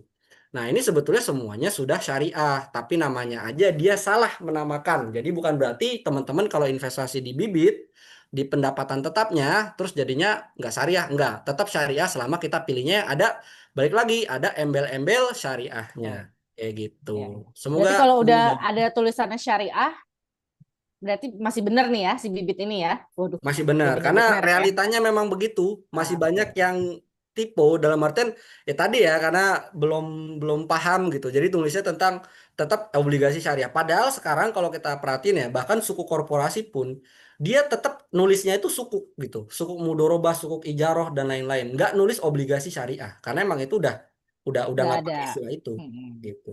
Oke. Semoga menjawab ya dan membuat saya juga lega nih jadinya. Oh ya. Aman berarti insya Allah. Oke, ini pertanyaan lagi dari yang kedua dari Okta. Ini kayak pertanyaan terakhir nih sebelum kita masuk ke sesi berikutnya ya. Ini kayaknya saya sih bisa jawab, tapi boleh ntar dikoreksi ya. Pertanyaan kedua terkait investasi. Kalau berinvestasi di sukuk tabungan syariah seperti ST014, berarti kupon yang diperoleh setiap bulan termasuk halal ya Kak? Halal, bener nggak guys? ST14. Oke. Jadi balik lagi karena judulnya sukuk gitu ya. Makanya kan tadi saya bilang ya, udah terbiasa menggunakan istilah sukuk bahkan di mana-mana gitu. Kan nggak disebut itu. ST14 obligasi syariah 14 enggak, kan namanya bukan OS 14 obligasi syariah 14 tapi sukuk tabungan 14 gitu. Makanya saya agak kasihan kalau misalkan orang-orang masih ngomonginnya obligasi syariah, apalagi ngaku-ngaku bawa-bawa financial planner syariah atau ustadz atau apa gitu. Itu ngomongnya aja masih salah gitu. Itu masih istilahnya masih ngomongnya pinjem di bank syariah, padahal nggak ada pinjaman di bank syariah. Ya ada sih tapi jarang. Nah, kalau misalkan kita investasinya di ST atau SR gitu ya, yang mana itu sukuk negara, itu halal gitu. Walaupun kuponnya diterima setiap bulan gitu ya, itu nggak masalah gitu. Tapi Kak, katanya kalau syariah itu bagi hasil, kok dia Hmm, pendapatannya fix sih tetap. selalu sama gitu. Itu penjelasannya agak agak rumit juga tuh kalau dijelasin sekarang gitu ya. Intinya sukuk sudah halal. Mau itu yang floating with floor atau yang fix fixed income gitu. Dalam artian imbal hasilnya itu boleh tetap atau imbal hasilnya boleh berubah, itu nggak masalah.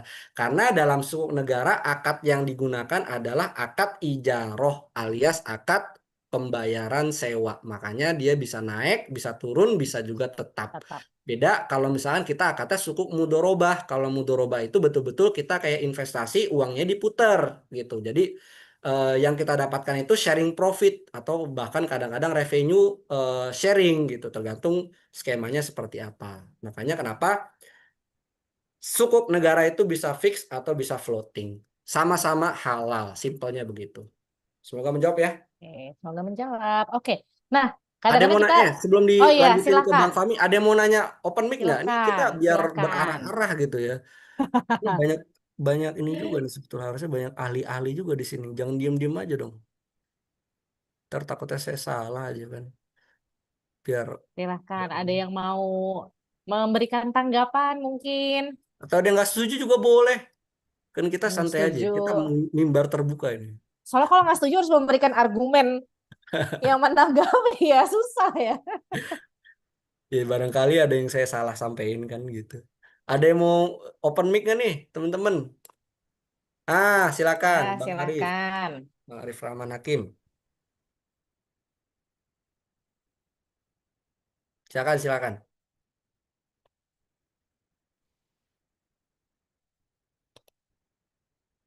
Belum di unmute. Unmute, unmute. Halo, halo, suara saya terdengar? Ya, siap. Iya, Mas, saya ingin langsung aja to the point. Ada 2 pertanyaan sih sebenarnya. Boleh. Apa gimana sih buka video ya? Pertama itu adalah pertanyaannya, ini sebenarnya sudah pernah didiskusikan di grup finansial itu loh, di Finansial RK ya. Ya. Pertama itu pertanyaan adalah, dulu itu kita tuh sempat ada diskusi terkait pembayaran zakat, kalau tidak salah itu, Mas. Dalam salah satu diskusi, kalau tidak salah, seingat saya, mohon koreksinya ini, suku itu tidak terhitung dalam perhitungan zakat gitu. Nah itu mohon koreksinya ya, ini saya khawatir salah gitu. Nah ini kan yang sangat saya ingat adalah jika memang ya sekali, jika memang dan hanya jika, ini banyak banget persyaratannya gitu ya. Kayak orang matematika, pusing Iya, saya dulu nilainya jelek lagi. dan hanya jika tidak memang terhitung dalam perhitungan zakat, maka kan sebenarnya bisa saja banyak rekan-rekan yang beli suku ketika akan jatuh perhitungan zakat, beberapa hari kemudian dijual kembali di pasar sekunder. Dengan cara demikian, kalau jika dan hanya jika suku itu tidak terhitung dalam perhitungan zakat, maka apakah itu baik-baik saja gitu dalam Islam gitu ya? Gitu. Karena niatannya itu kan menurut kalau memang kembali tadi ya, jika dan hanya jika memang itu benar gitu, maka seharusnya tidak salah kan ya secara Islam itu. Itu pertanyaan pertama saya ya. Kembali, statement yang panjang tadi itu adalah jika dan hanya jika gitu. Saya ulang berkali-kali nih, khawatir ntar ada teman-teman yang di forum ini keambilnya tuh kayak boleh gitu loh gitu ya. Ini Tenang, pertanyaan gitu. nggak ada kepala sekolah Amil Indonesia di sini, Bang Ami. Iya. Amir, Nah, itu yang Pak Rizal. pertama. Terus yang kedua itu ini Orang Basnas juga Mas, nggak ada. Ya, bentar. lanjut. Ada anak saya Bang. Terus yang kedua adalah ini, saya punya pertanyaan. Perhitungan kan ada beberapa rekan-rekan yang punya bisnis ya. Nah, itu kan ada modal perusahaan juga ya. Pertanyaan singkat aja. Sepemahaman saya untuk modal perusahaan itu tidak perlu terhitung dalam zakat pribadi ya. Jadi misalkan saya menyetor dana ke perusahaan dalam bentuk apapun itu ya, apakah dana cash segala macam itu misalkan 100 juta, 200 juta gitu. Sepemahaman saya sebagai orang yang awam itu seharusnya tidak terhitung dalam perhitungan zakat juga gitu. Gitu. Nah, mohon koreksinya. Monggo silakan. Terima kasih. Oke, sama-sama Bang Arif. Pertanyaannya berat Mbak Zahra. Berat ya? Pusing saya aja Pusing ya? dengernya kayak, Ini berat banget ya pertanyaan. Karena emang biasanya ini bahasan saya di konsultasi gitu. Karena apa namanya harus pelan-pelan ngejelasinnya dan butuh waktu gitu. Pertama masalah sukuk ya. Ya ini juga berpengaruh sama jawaban yang kedua, sama pertanyaan yang kedua. Bahwa perzakatan itu memang banyak ya definisi harta yang kena zakat itu apa. Kayak harus dimiliki sempurna, habis itu dan lain-lain segala macam itu secara fikih klasiknya seperti itu. Tapi bisa saya tambahkan beberapa hal lain itu adalah ini walaupun materi kita hari ini tentang investasi ya teman-teman bukan tentang zakat, tapi ini biar teman-teman kebayang aja gitu. Walaupun pada dasarnya gampangnya kalau misalkan teman-teman mau ngitung zakat, ada instrumen investasi hitung aja semua gitu. Itu bagi teman-teman yang awam gitu. Kalau teman-teman yang mau belajar lebih dalam itu memang ada beberapa hal-hal yang harus kita perhatikan. Tapi paling aman itu ngitung semuanya. Maksudnya Mbak Zara misalkan punya instrumen saham 200 juta gitu. Amin ya 200 juta. Ya udah 200 jutanya itu kena Kedikitan dong, Kais. apa? Kedikitan. Sedikitan, oke 2 miliar ya. 2 miliar gitu biar zakatnya makin Amin. banyak. Kan? Iya. 2 miliar, maka 2 miliarnya itu kena zakat semua dikali 2,5% kalau hijriah. Ini biasanya nih maksud saya autokritik juga nih. Banyak banget edukasi-edukasi zakat itu yang nggak selesai. Ngomong 2,5% tapi nggak jelas hijriah apa masehi gitu kan.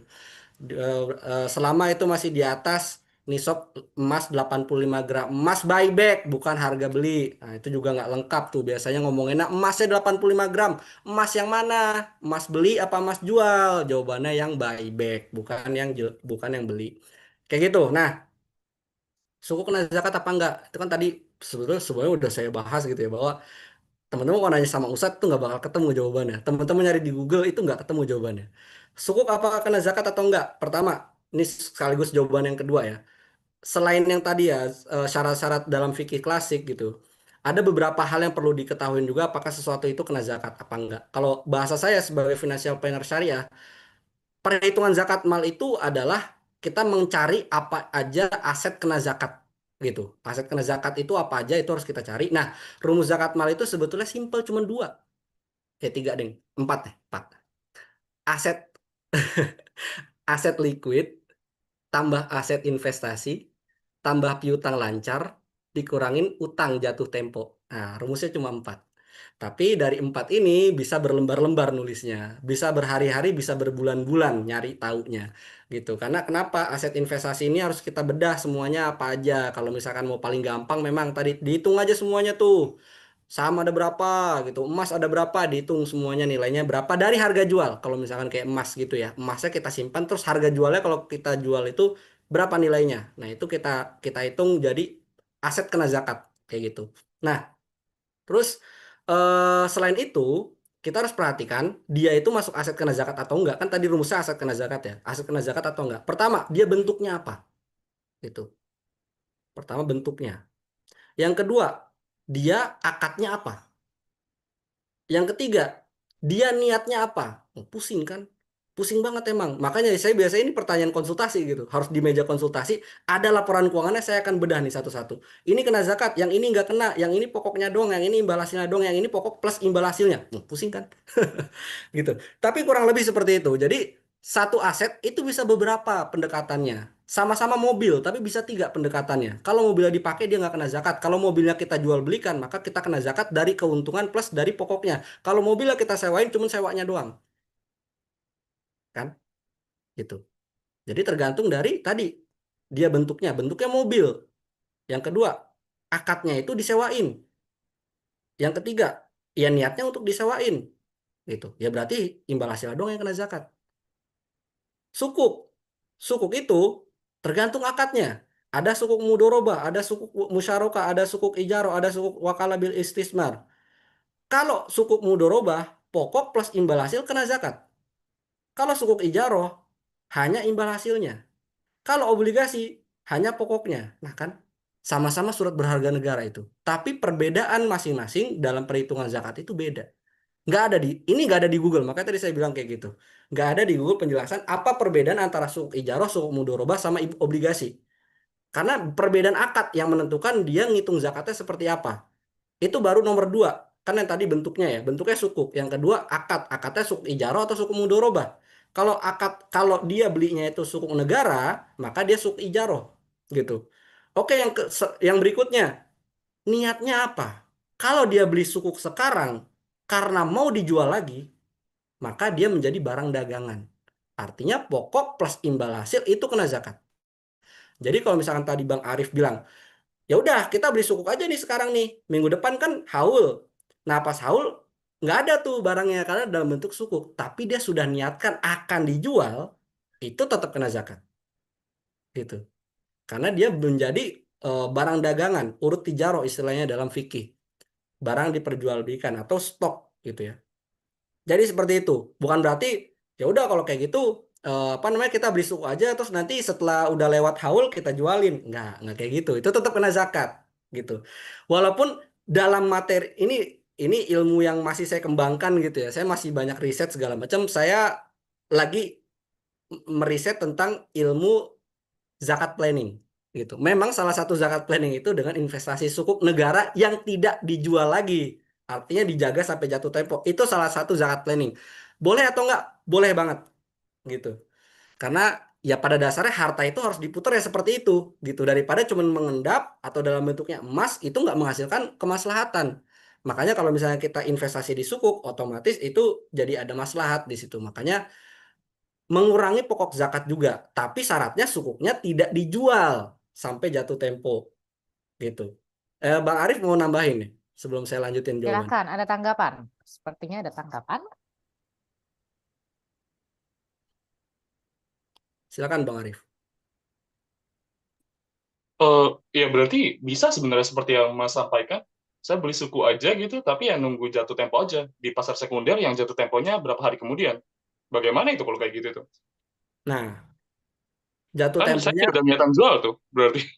Nah, gini ya, pada dasarnya kalau kita beli sesuatu dengan dalih kita mau menghindari zakat yang udah di depan mata, misalkan gini, teman-teman punya uang 200 juta, itu jelas kena zakat ya, uang 200 juta itu. Tapi teman-teman karena minggu depan itu haul, karena udah setahun nih, dari pertama kali nisab, terus minggu depan itu udah mau 1 tahun haul, misalkan Masehi gitu ya, berarti 2,57 atau 2,58% nanti yang dikeluarin. Itu pas minggu depannya harus bayar. Terus teman-teman sekarang beli mobil bekas harganya 120 juta. Sisanya cuma 80 juta. Otomatis kan nggak kena zakat. Gitu kan? Apakah itu zakat planning? Iya, itu zakat planning. Tapi apakah itu boleh? Jawabannya wallahu alam. Saya juga nggak berani ngomong itu boleh atau nggak boleh. Maksudnya itu berdosa atau nggak. Karena itu urusan dia sama Allah. Karena itu udah masuknya ke niat. Tapi kalau masalah tataran syar'i, maka dia tidak wajib zakat. Dan amil tidak memiliki hak untuk narik zakat dari dia. Karena jelas ketika haul uangnya cuma 80 juta. Karena udah dipakai 120 jutanya beli mobil gitu. Walaupun itu sengaja gitu ya. Sengaja karena dia mau menghindari zakat. Nah, tapi karena niat dia sengaja mau menghindari zakat padahal itu udah di depan mata, ya itu walau alam itu nanti Allah bagaimana penilaiannya. Baiknya ya lu bayar zakat aja dulu cuman berapa sih? Cuman 5 juta doang gitu ya kalau 200 juta kan gitu.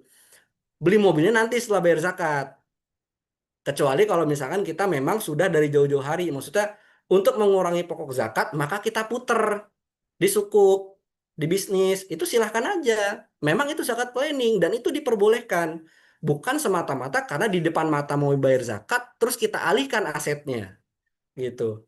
Itu agak kurang baik lah menurut saya. Walaupun secara syar'i dia nggak bisa dikatakan jadi wajib zakat, kalau misalkan betul-betul itu udah dikeluarin. Jadi seperti itu jawabannya ya kalau masalah persukukan ini gitu ya. Terus yang kedua masalah bisnis. Apakah kalau misalnya kita investasi dalam bisnis itu dikeluarkan ke zakat pribadi? Tergantung. Kalau misalkan kita punya bisnis, kita invest 300 juta. 300 juta itu kan udah di atas nisab gitu ya. Terus 300 juta itu kita investasiin ke sebuah bisnis yang mana setelah dikalkulasikan secara stok opnam dan lain-lain, urut tijarohnya, itu kena zakat gitu. Maka kalau misalkan dia sudah masuk nisab sendiri, udah di atas nisab sendiri, dari total semua modal di bisnis itu, berarti dia bisa dihitung zakat terpisah dari zakat kita. Artinya dia punya haul sendiri itu bisa. Tapi kalau misalkan kita cuma invest 10 juta, ini contoh ya, kita cuma invest 10 juta di bisnis makanan teman kita gitu. Apakah itu otomatis 10 juta yang nggak masuk dalam perhitungan zakat pribadi kita? Ya tetap masuk. Karena dia sendiri cuma 10 juta itu nggak kena zakat kalau dia cuma di situ. Tapi kan dia bagaimanapun tetap aset kita. Jadi dimasukin ke dalam total aset kita gitu. Makanya tadi saya bilang akan lebih enak kalau misalkan saya ngomong kayak gini nih ada laporan keuangan gitu. Karena kalau biasanya saya kalau konsultasi itu saya jelasin nih, oh ini saya punya bisnis dengan total modalnya 1 miliar. Itu akan saya tanya 1 miliar bentuknya apa? Apakah dalam bentuk bahan makanan, apa dalam bentuk pakaian, misalkan jualan pakaian, atau dalam bentuk gedung gitu ya. Karena itu nanti harus dikalkulasi, harus di appraisal berapa kena zakatnya. 1 miliar modal dia dalam suatu bisnis belum tentu 100% itu kena zakat. Karena kalau aset tetap nggak kena zakat, tapi kalau aset produktif, aset lancar, stok itu kena zakat gitu. Tapi yang biasanya salah orang kalau misalkan dia bisnis mikirnya yang kena zakat itu cuma keuntungannya doang. Nah, itu yang salah. Kecuali kalau dia bisnisnya jasa. Kalau bisnisnya jasa, ya iya cuma keuntungannya doang karena nggak ada stok gitu ya, nggak ada urut tijarohnya. Tapi kalau dia jualannya baju, tapi dia cuma ngeluarin zakat dari keuntungan baju, kurang zakatnya. Nanti ditagih di akhirat gitu. Karena pada dasarnya zakat urut tijaroh itu justru yang dikenakan adalah stok yang ada di toko, di gudang. Bajunya ada berapa? Hitung bajunya berapa. Nilainya pakai nilai apa? Harga jual. Balik lagi, edukasi zakat biasanya tidak menjelaskan itu. Barang dagangan yang dihitung dari nilai jualnya, bukan dari nilai belanjanya gitu. Jadi begitu ya, Bang Arif. Semoga bisa menjawab. Ini kalau misalkan mau lebih detail ya, ya harus konsultasi ya. Sedikit-sedikit Klik promosi nggak slide apa-apa ya. terakhir ya untuk konsultasi ya. Gitu ya. Iya betul ya. Ini dari Abang Sarul Andi ya. Semoga kita dimudahkan oleh Allah ya, digerakkan hatinya untuk membayar zakat ziswaf dengan hati-hati ya, dan juga kurban ya untuk membantu Amin ya umat. rabbal alamin. Amin ya rabbal alamin. Oke, baik. Kadang-kadang hari ini kita bahas dalam terkait investasi gitu ya.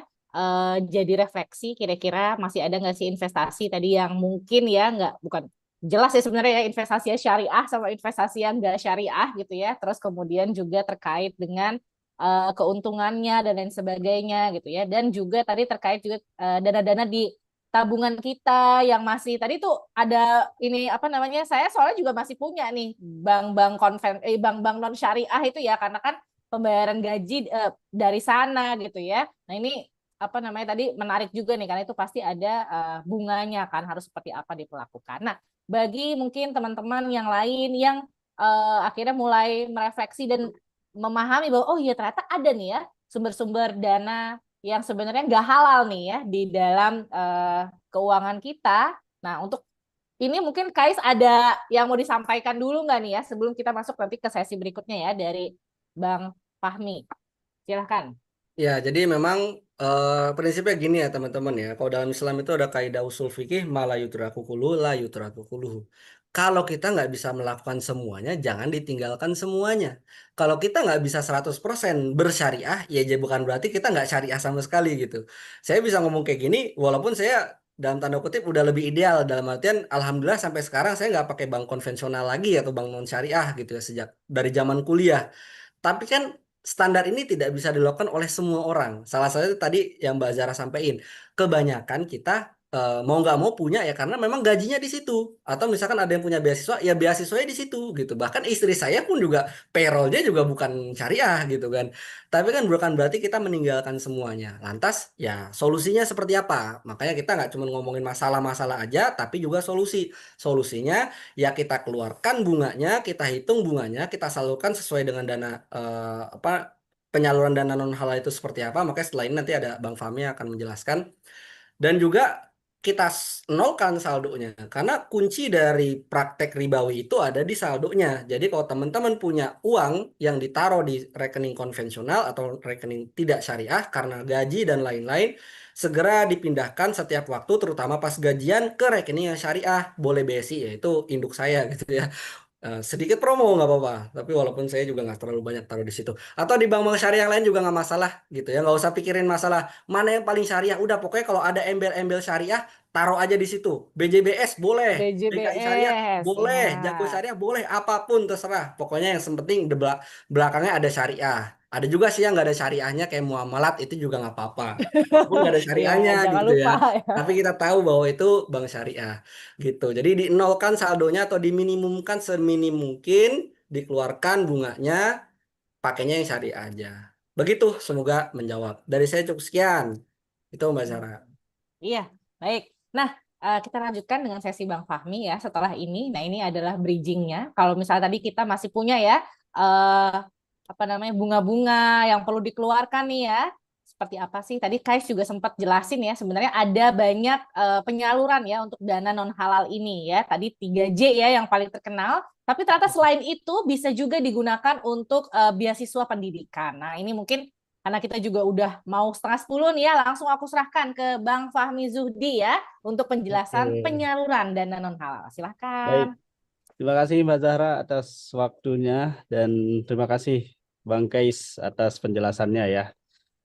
Baik teman-teman semua, saya izin menyampaikan ya apa namanya yang tadi mungkin yang sudah disampaikan Bang Kais ya terkait dengan jika ada dana non halal yang masih mengendap gitu ya di tabungan kita ataupun di beberapa sumber tabungan kita, itu alternatifnya sudah disampaikan tadi ya oleh Bang Kais bahwa penyalurannya itu bisa untuk beberapa kegiatan, salah satunya untuk apa namanya agenda-agenda kegiatan yang produktif ya. Salah satunya mungkin tadi saya lihat untuk para adik-adik yang ataupun orang-orang yang sedang menempuh pendidikan melalui jalur beasiswa ataupun tadi adik-adik yang mungkin saat ini tergolong duafa begitu. Nah, beberapa tahun terakhir ya di rumah kepemimpinan itu kami menerima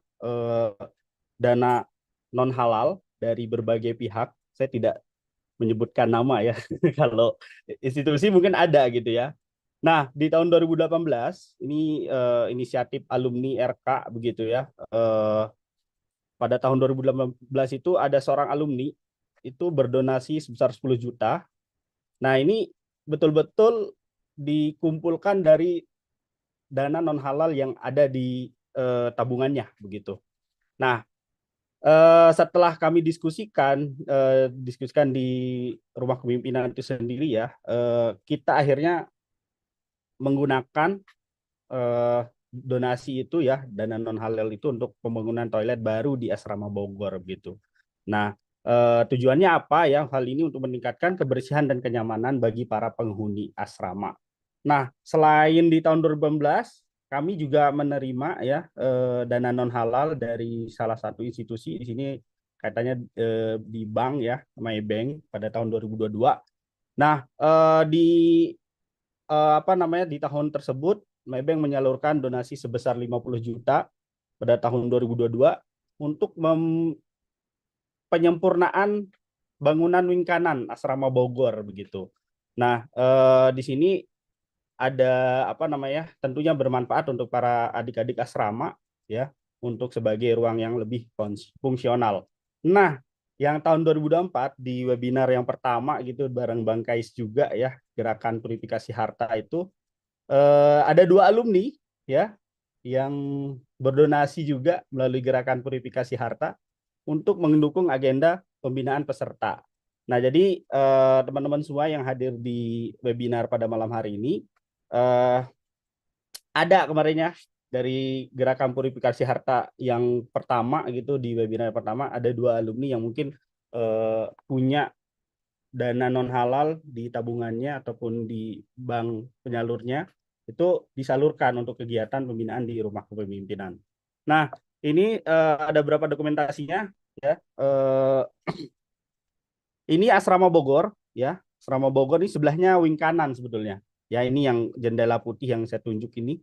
Nah, ini waktu peresmiannya bersama Maybank gitu. Nah, tadi kalau untuk toilet mohon maaf saya belum dapat dokumentasinya ya, tapi salah satu dokumentasi untuk penyaluran dana non halalnya itu untuk peresmian di sini wing kanan. Nah, ini jadi lebih fungsional dan digunakan lebih baik lagi oleh para penghuni asrama. Dan ini untuk agenda waktu berkah subuh ya yang digunakan sebagai tadi untuk gerakan purifikasi harta itu digunakan untuk operasional untuk pembinaan di rumah kepemimpinan.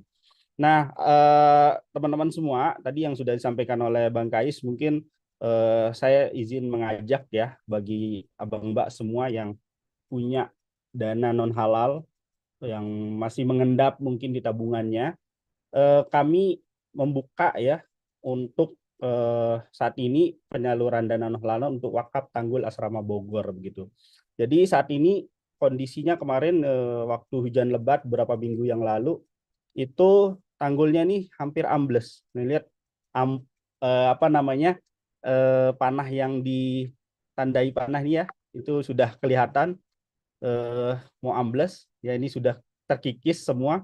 Nah, ini kita coba maksimalkan ya penggunaan atau penyaluran dana non halal ini untuk wakaf tanggul asrama Bogor begitu. Nah, kemarin ada berapa dampaknya ya dari tanggul ini sampai meluap, akhirnya banjir di sekitaran asrama ini.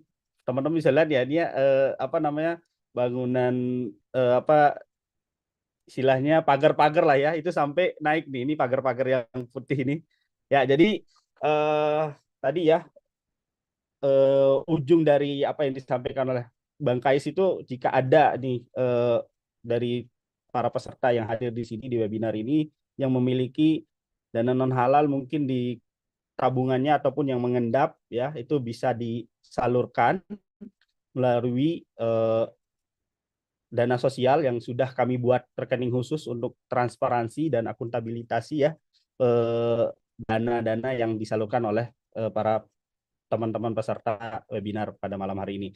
Nah, nanti bisa dikonfirmasi ya penyaluran dana non halalnya melalui saya ya di nomor yang tertera di screen layar. Nah, insya Allah dana ini kita akan gunakan ya untuk perbaikan ya tanggul asrama yang saat ini mungkin tadi sudah saya sampaikan ya, dan nanti bisa mendapatkan update-nya jika nanti bisa menyalurkan dana non halal yang dimiliki. Mungkin itu saja ya yang bisa saya sampaikan, Mbak Hanifah. Saya mohon Bang Fahmi, maaf mohon maaf, ya. izin boleh mundur lagi slide-nya ke Boleh. tadi yang mana Kais mau requestnya, yang bagian tanggulnya atau yang efek tanggul Ini amblas? boleh. Boleh. Oke. Mau di Ini boleh. screenshot. Nah, ini boleh Gimana? nih. Ya. Soalnya Kais sebagai alumni Bogor nih Oh iya merasa betul. sangat terpanggil nih ya. Mantap. Silakan, Bang Tolong dong Kais. di screenshotin Bang Ojan. Oh iya, Oh iya, siap, Bang Ojan. siap. Grup Bogor nih, grup Bogor lagi dipromosin Bang Fahmi nih. Ayo, yang halal boleh, yang haram juga boleh. Nah, itu ya. Asal bukan dana Oh. korupsi ya. Boleh, nanti marahin Bang Bah sebagai aktivis anti korupsi. Siap, siap, siap. Oke ya. Oke. Jadi Ya, di boleh nih ya screenshot. kita mengecek ya kira-kira dana-dana yang termasuk dana non halal ini, Betul, baik betul, Mbak dari Zahra. bagian mungkin dari pendapatan kita yang kita terima gitu ya, misalnya ada tip atau hal-hal yang nggak sesuai gitu ya, yang seharusnya tidak kita terima, bukan yang halal buat kita, itu pasti harus disalurkan. Bunga bank itu juga harus disalurkan gitu ya, silahkan bisa disalurkan gitu ya, daripada bingung mana nggak bisa kita makan karena nggak halal, kita salurkan ke sini gitu ya, tapi tidak menutup kemungkinan ya hanya yang non halal aja nih, yang halal Betul. juga Yang halal juga lebih boleh. baik lagi gitu Iya. ya. Kalau yang non halal tuh jadi wajib ya berarti Kais ya. Iya. Kalau yang Wajib. halal jadinya itu perbuatan baik ya. Iya, Oke. sedekah jadi udah pahala, Sedekah. dapat pahala. Siap, siap. Betul. Oh ya, kalau yang non halal tuh nggak dapat pahala bahkan ya, karena itu udah wajib ya. Ya minimal seenggaknya nggak ada dosa lah ya Mbak. Iya, Ya, betul, kan? betul, betul. Iya, iya, betul. Oke deh. Siap, terima kasih Oke. banyak Bang Fahmi untuk Siap. informasinya. Ini jadi memotivasi ya.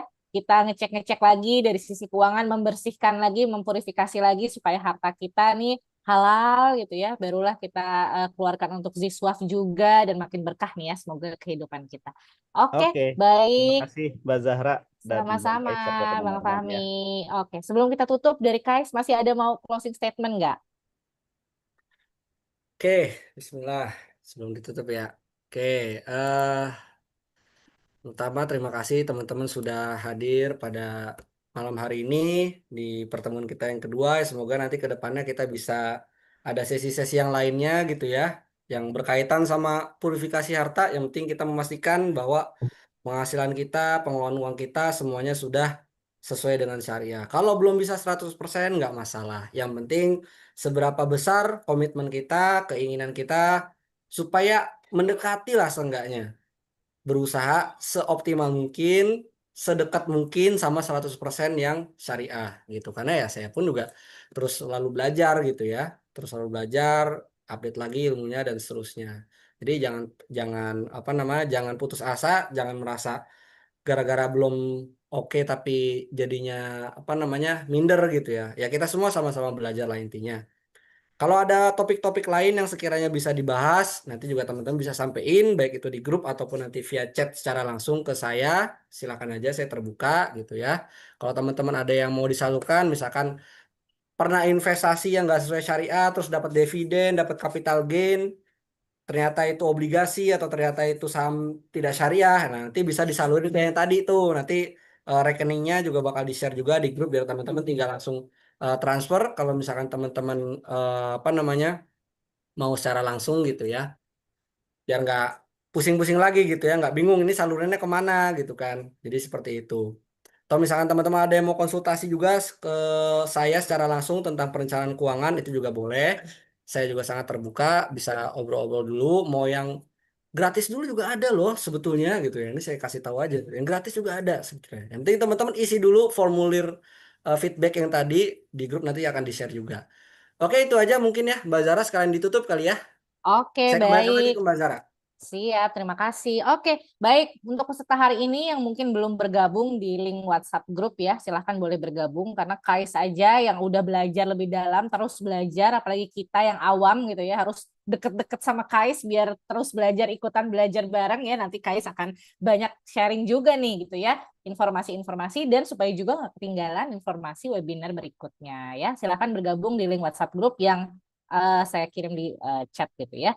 Kurang lebih itu yang mungkin kita bisa bahas pada kesempatan hari ini. Kalau misalnya ada tema-tema menarik yang perlu dibahas nih ya, di kesempatan berikutnya silahkan disampaikan juga di form feedback. Terima kasih banyak untuk rekan-rekan, teman-teman, abang mbak yang sudah bertahan ya sampai malam ini. Semoga apa yang kita pelajari menjadi berkah, dan yang lebih penting adalah kita berusaha ya pelan-pelan satu langkah demi langkah untuk mengamalkannya. Semoga membuat kita menjadi hidup lebih baik dan lebih berkah diridhoi oleh Allah ya. Gitu. Kurang lebih itu, mohon maaf kalau misalnya ada yang kurang-kurang, keterlambatan, dan lain sebagainya, kurang memuaskan, dan lain sebagainya. Untuk kritik saran juga silahkan bisa disampaikan di form feedback, supaya kita bisa lebih baik lagi nih ya dalam menyelenggarakan kegiatan-kegiatan berikutnya. Terima kasih banyak sekali lagi untuk rekan-rekan sekalian. Mau ditutup doa dulu, Kai? Silahkan, boleh dipimpin. Yang mimpin siapa? Jangan saya dong, saya bukan ustaz. Ya Gak doa apa-apa kafaratul majelis aja lah, lah, doa Mbak. kafaratul majelis ya, Ya, kita baca istighfar dulu. baik. Doa kafaratul majelis ya. Terima kasih banyak teman-teman. Sampai ketemu lagi di kesempatan berikutnya. Assalamualaikum warahmatullahi wabarakatuh. Selamat malam semua. Waalaikumsalam Selamat Waalaikumsalam. istirahat. Ya, sama-sama ya.